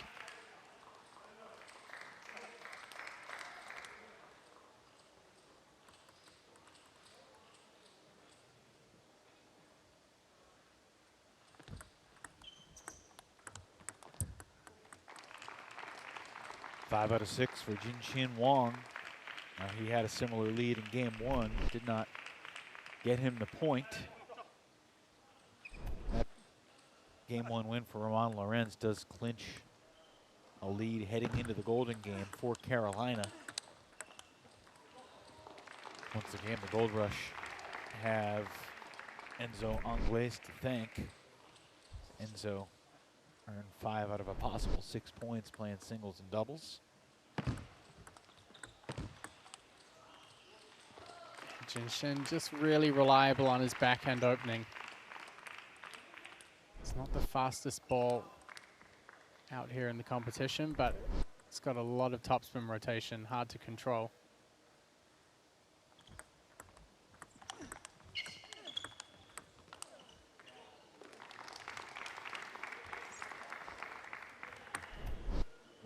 What has happened to Lorenz here in game 2 from your seat?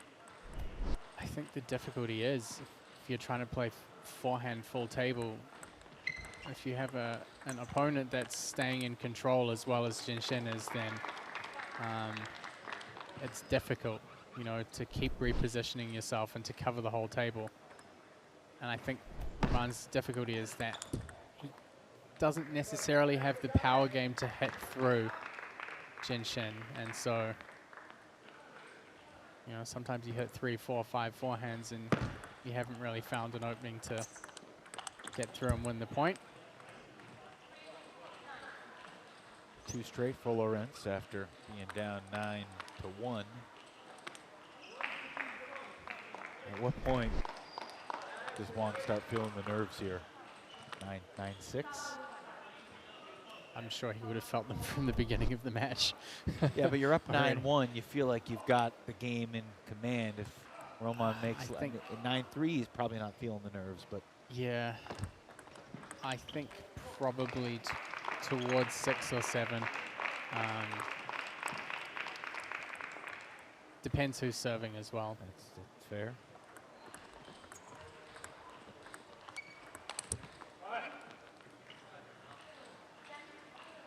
(10-4).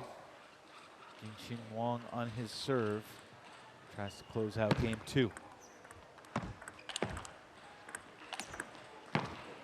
Romain Lorenz says not so fast. More of that would put him in a much better position. Great counter. Great forehand into the open table. That's it for game 2. And Jinshin Wang sets up another interesting rubber game against Roman Lawrence. The biggest surprise so far is that neither game went to golden point, because for these two, that's what we've come to expect. Yeah, this was probably the most dominant, or one of the most dominant displays in the second game.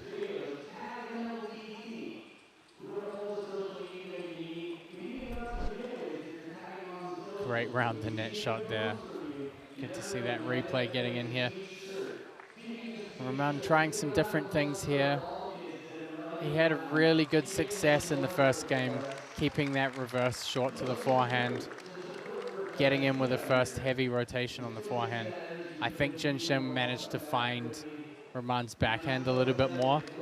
I think that was quite a big factor, but also just remaining so steady.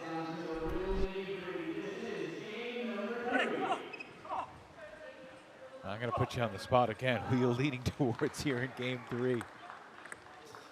I think just on stability, I would have to go with Jinshin. I think that second game was so decisive compared to almost any other game that they've played against each other so far since the league began. He's just looking so calm out there. How about that start? 2 winners. Maybe being a new dad is helping him. Maybe this is easy for him. It's like a vacation. Dad strength is real, and a hotel room without the screaming baby waking you up. Not that we want to talk about that to the wife or the mom, but it's real.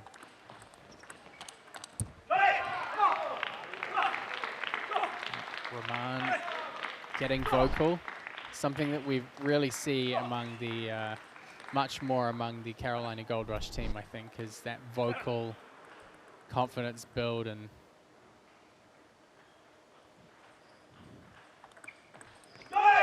these players have treated this match like we're playing in a library compared to watching Nikhil Kumar and Bruno de los Anjos a couple weeks ago in Texas. How vocal of a player were you, Matt, in your heyday? Silent. Really? Yeah, absolutely silent. One of those kind of quiet, scheming, calculating players. A creepy silence. I hope it wasn't creepy. Look out in the front row. And we are closer to the action here in Chicago as broadcasters, really, than we have been with any other event so far. And I am anticipating a deflected ball coming our way at some point during the weekend. And I pray I don't fumble it. Roman getting in with his forehand.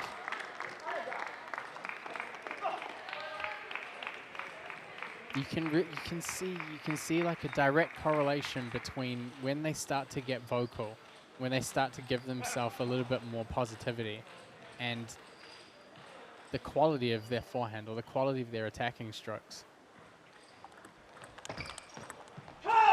Immediate attack from Jinshin Wang, but Roman Lawrence handles it well.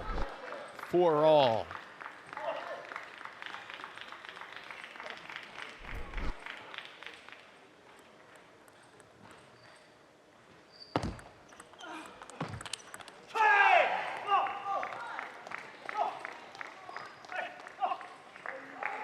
These two guys continue to battle back and forth. And look, Roman has never beaten Jinshin by a lot. He beat him 11-10 3 times in a row in September. The one win he got against him of the 3 games in October was 11-9. He beat him 11-9 in game 1 here today. So we know Jinshin Wang is not going to go down easily. And it's probably going to be quite close.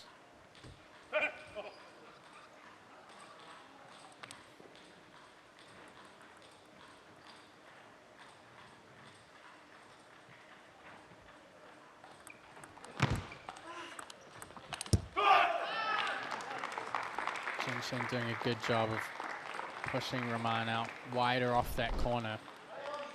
You could see him step around on the first ball. Jinshin drives him further out off the table. It's hard if you don't have really good position out there. It's hard to generate power, but you're leaving so much table uncovered as well.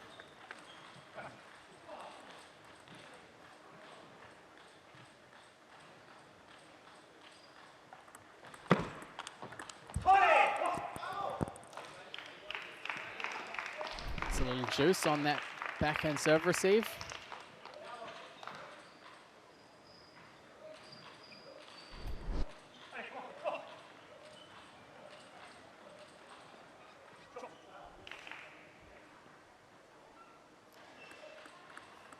One game all, 6-all.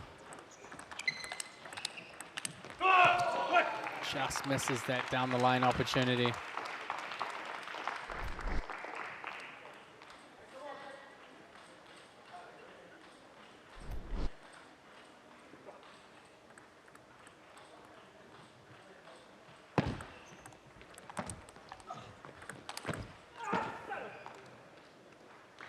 Six lead now for Jinshin Wang. I'll say one thing about this opening match here at the Wintrust Sports Complex. The crowd has gotten larger as the match has progressed.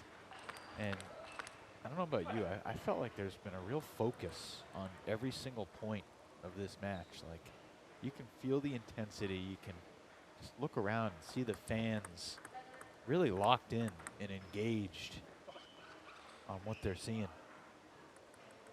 Yeah, I mean, most of these players from areas like this are not used to seeing table tennis at this level and in this league format. So, great point. Lawrence needed it, and he gets it. Back within one.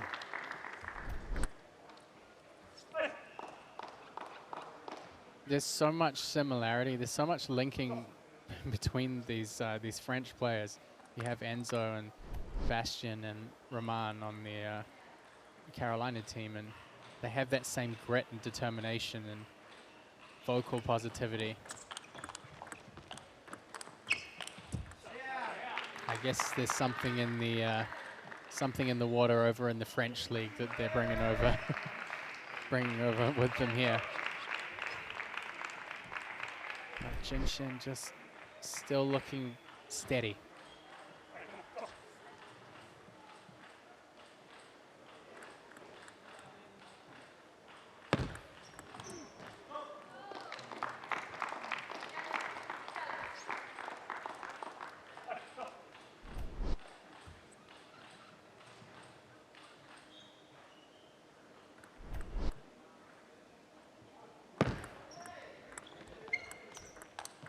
Oh, what a shot! Whips the ball to finish it. Jinshin Wang takes 2 out of 3 over Roman Lorenz.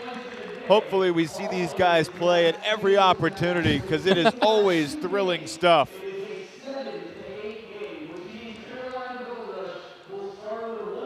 11-7 in that decisive game 3, and that gets it about as close as it can be heading into the Golden Game. 8-7, Carolina has the 1-point lead. And the two head coaches will come together here momentarily to meet with the commissioner of MLTT, Flint Lane, to determine the order of the Golden Game. So many great points in this match, and Jinshin, again, just really stable. I think stability was the key for him in this match and helped him come through in the end there. Some fantastic angles to get the job done. Alex Yang, Matthias Habasson converge. Let's send it to the commission. Game. Carolina is up 8-7. We'll start with a 1-point lead. Who will you be playing first, Coach? Jinshin Wang will be playing first. Coach? Romain Lorenz is your first. Who's your number 2? Enzo Angles, your number 2. Jixiang Liang is your number 2. Who's your third? Yevgen Prishepa is your third. Bastien Dupont is your third. Your fourth.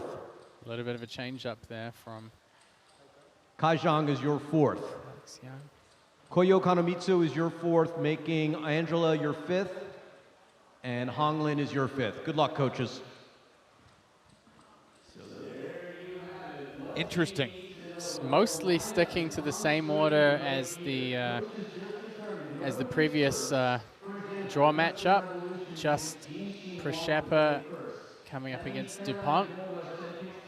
A bit of a switch around there from those dots signal the timeouts. Nothing about DuPont and Przeppa that we're accentuating. Each team has one timeout in the golden game, and Carolina begins with a 1-0 lead. And look, if we do get to the ultimate golden point at 20 all, it will be the players in the number 1 slot, Jinxin Wang and Roman Lawrence, who just played in the final singles match.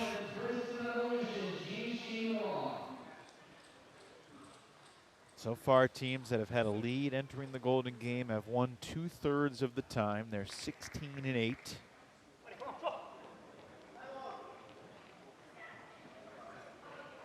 Last 2 times that Carolina and Princeton played golden games, the final score was 21-19 in the Gold Rush's favor.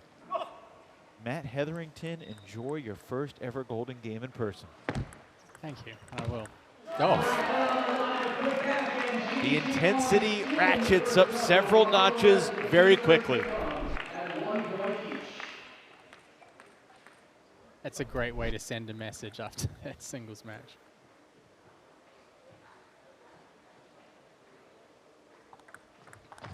Another message sent from Jinxin Wang. Hashtag dad strength.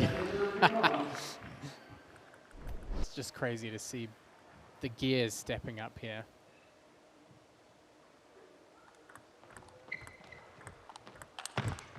Roman on the attack.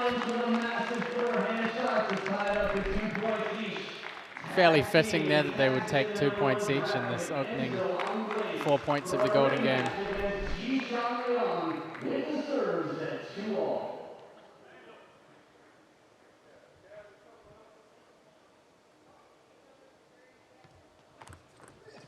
How about that serve from Jishan Liang?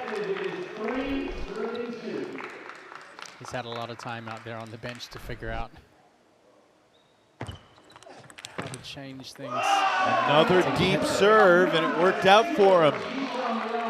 And there's that big forehand that we didn't really see in the singles match. Coming out to play in the golden game.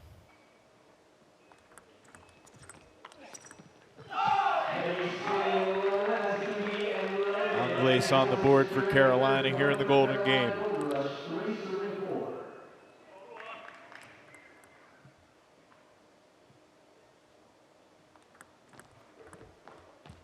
That's 3 out of 4 for Jishan Liang. And Princeton, after being down 1-0, has a 5-3 advantage.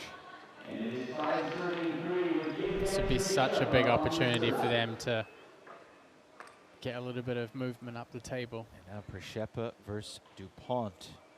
These two played singles against each other in September. Przeppa took 2 out of 3 that day. I beg your pardon, DuPont took 2 out of 3 that day. Przeppa gets the first haymaker in here.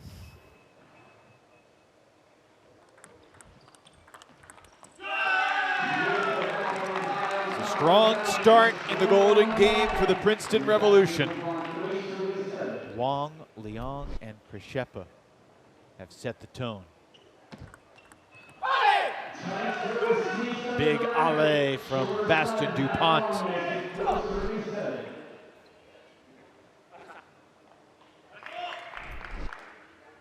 Big point here.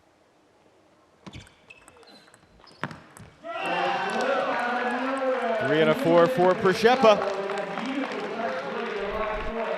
So Wang took 2 out of 3. Liang took 3 out of 4. And then Przeppa takes 3 out of 4. As Kanomitsu and Zhang take the table. And the Princeton success continues. the revolution out here, starting a revolution.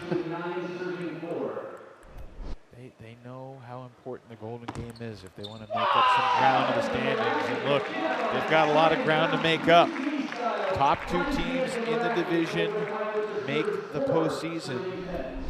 They began the day. Good 24 points behind Carolina, who's in second place.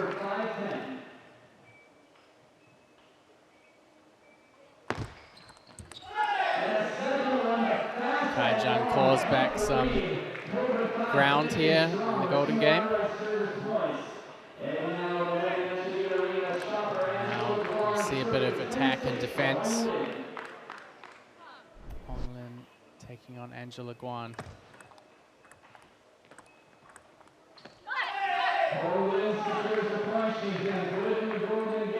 Honglin has been phenomenal in Golden Games so far. She was 7-5 at Daytona. She went 14-4, dominating her counterparts in Myrtle.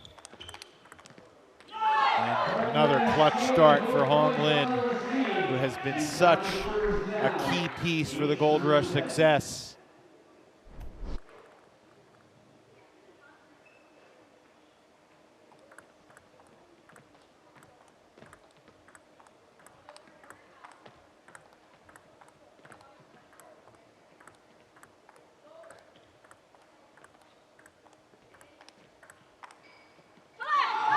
Three straight for Honglin.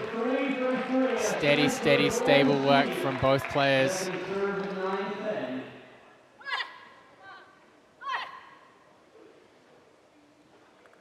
Wong and Lawrence take the table after this point. Will it be tied?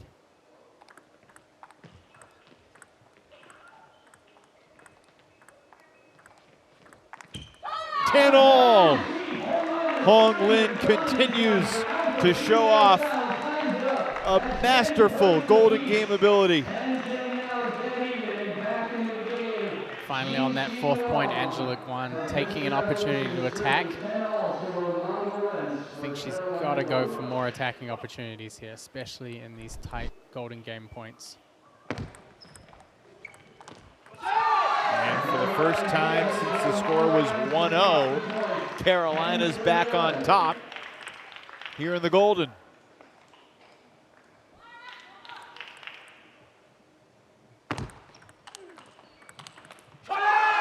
I gotta say, Matt, you know, seeing every Golden Game that's been played in this league so far, this feels so important for Princeton. Like, Carolina's had a great season so far, and we're getting a timeout here from Matthias Habasson, and that amplifies the feeling of importance as well. You know, the Revolution have played really well. They've been one of the better teams in singles overall. They've struggled in doubles, but the Golden Game, they just haven't gotten over the hump, and that's why, really more than anything, they're in last place. Yeah, I mean, again, maybe when, again, that kind of positivity that comes from the bench of Carolina, it just feeds them in situations like this. In a situation where every point is so crucial. I mean, look at how they're playing. It's so different from how they approach the singles matches. More aggressive, more confident, more decisive. Lawrence serving after the Princeton timeout, and he overcooks the forehand there. Wong back within 1.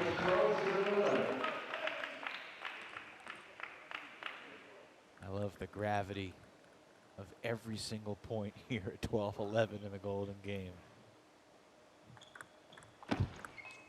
And Wong able to battle back and split the quad. So it's 12 all as Honglin's husband, Jishan Liang, takes the table. And her doubles partner in MLTT, Enzo Angles, takes the table. 4 more points for these two. The final 4 points they'll play tonight. Jishan has had Enzo's number so far in the Golden Game. That's 4 out of 5 points for Jishan Liang.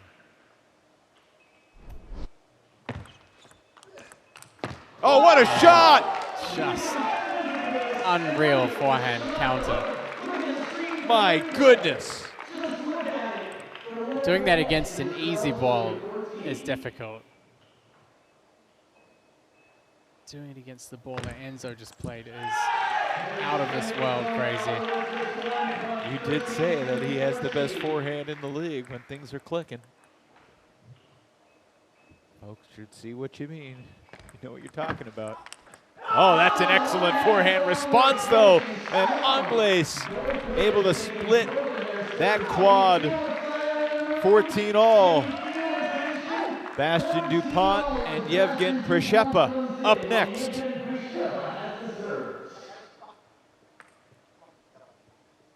16 points on the line. His team match on the line. And Bastien Dupont takes a little Adi Serene-esque jog around the facility after re-giving his team the lead. One more serve for Prishepa.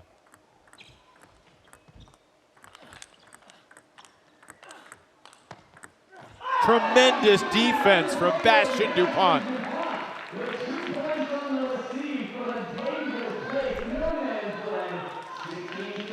Great topspins back from the table by Dupont.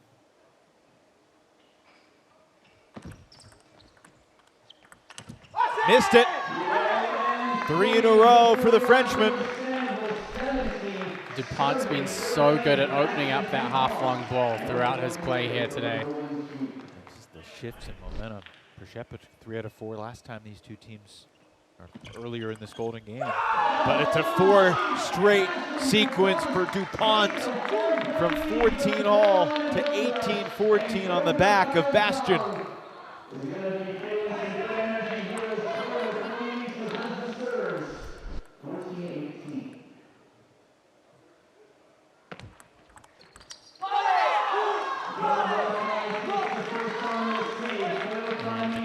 Gold Rush showing no signs of slowing down here. Big answer from Koyo Kanemitsu, snaps the extended run. There's 14-12. It had been 7 straight points there for Angles and Dupont. And the one for Zhang, but now game point on Kai Zhang's serve to win the night for Carolina.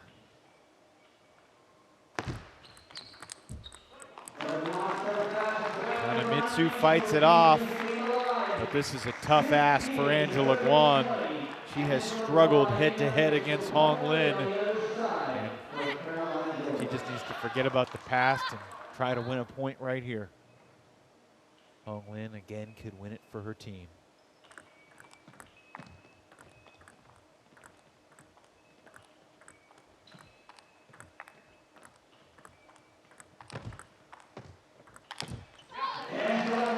Did not catch, and Guan fights off one more match point.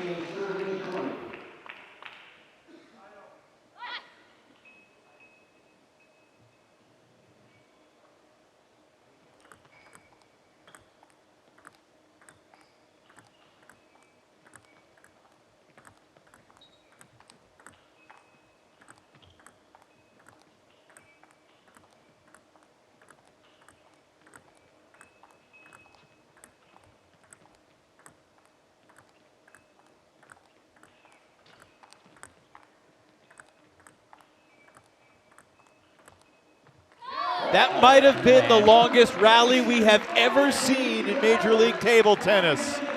Guan fights off another match point, timeout, Carolina.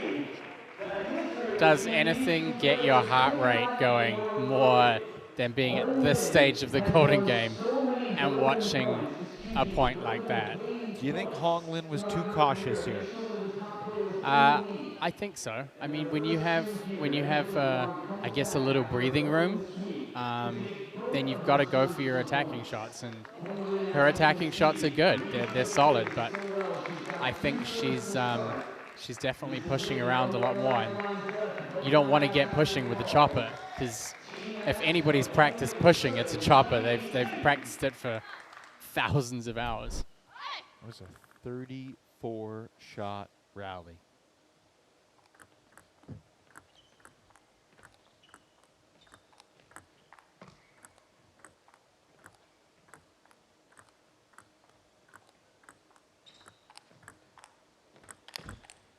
Hong Lin puts it away with a big forehand. Tremendous effort from Guan, but once again, Hong Lin reigns supreme for the Gold Rush and the Golden Game. Congratulations, Carolina Gold Rush, and a valiant effort from Princeton Revolution, keeping quite close to a real turnaround. But the team in black and gold, Carolina. You've got to say, Hong Lin in the 5th position in that Golden Game is such a strong contender in this league. 14 more points to the scoreboard. So 7 more points for Princeton Revolution. We got an entire weekend ahead. Both of these teams will be back. Tough loss for the Princeton Revolution. Yeah, you got to feel for them. I mean, the second match that they played in week 3, having that 10-5 lead and losing in the Golden Game. And then here again, such a great start and a great opportunity.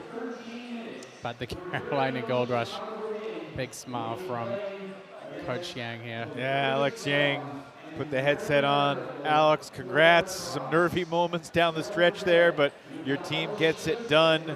What was your message to Hong Lin at 20-18 when you took the timeout? I told her be more patient, not a hurry to finish the ball. And when you see the high ball, give a medium power, more replacement to her middle.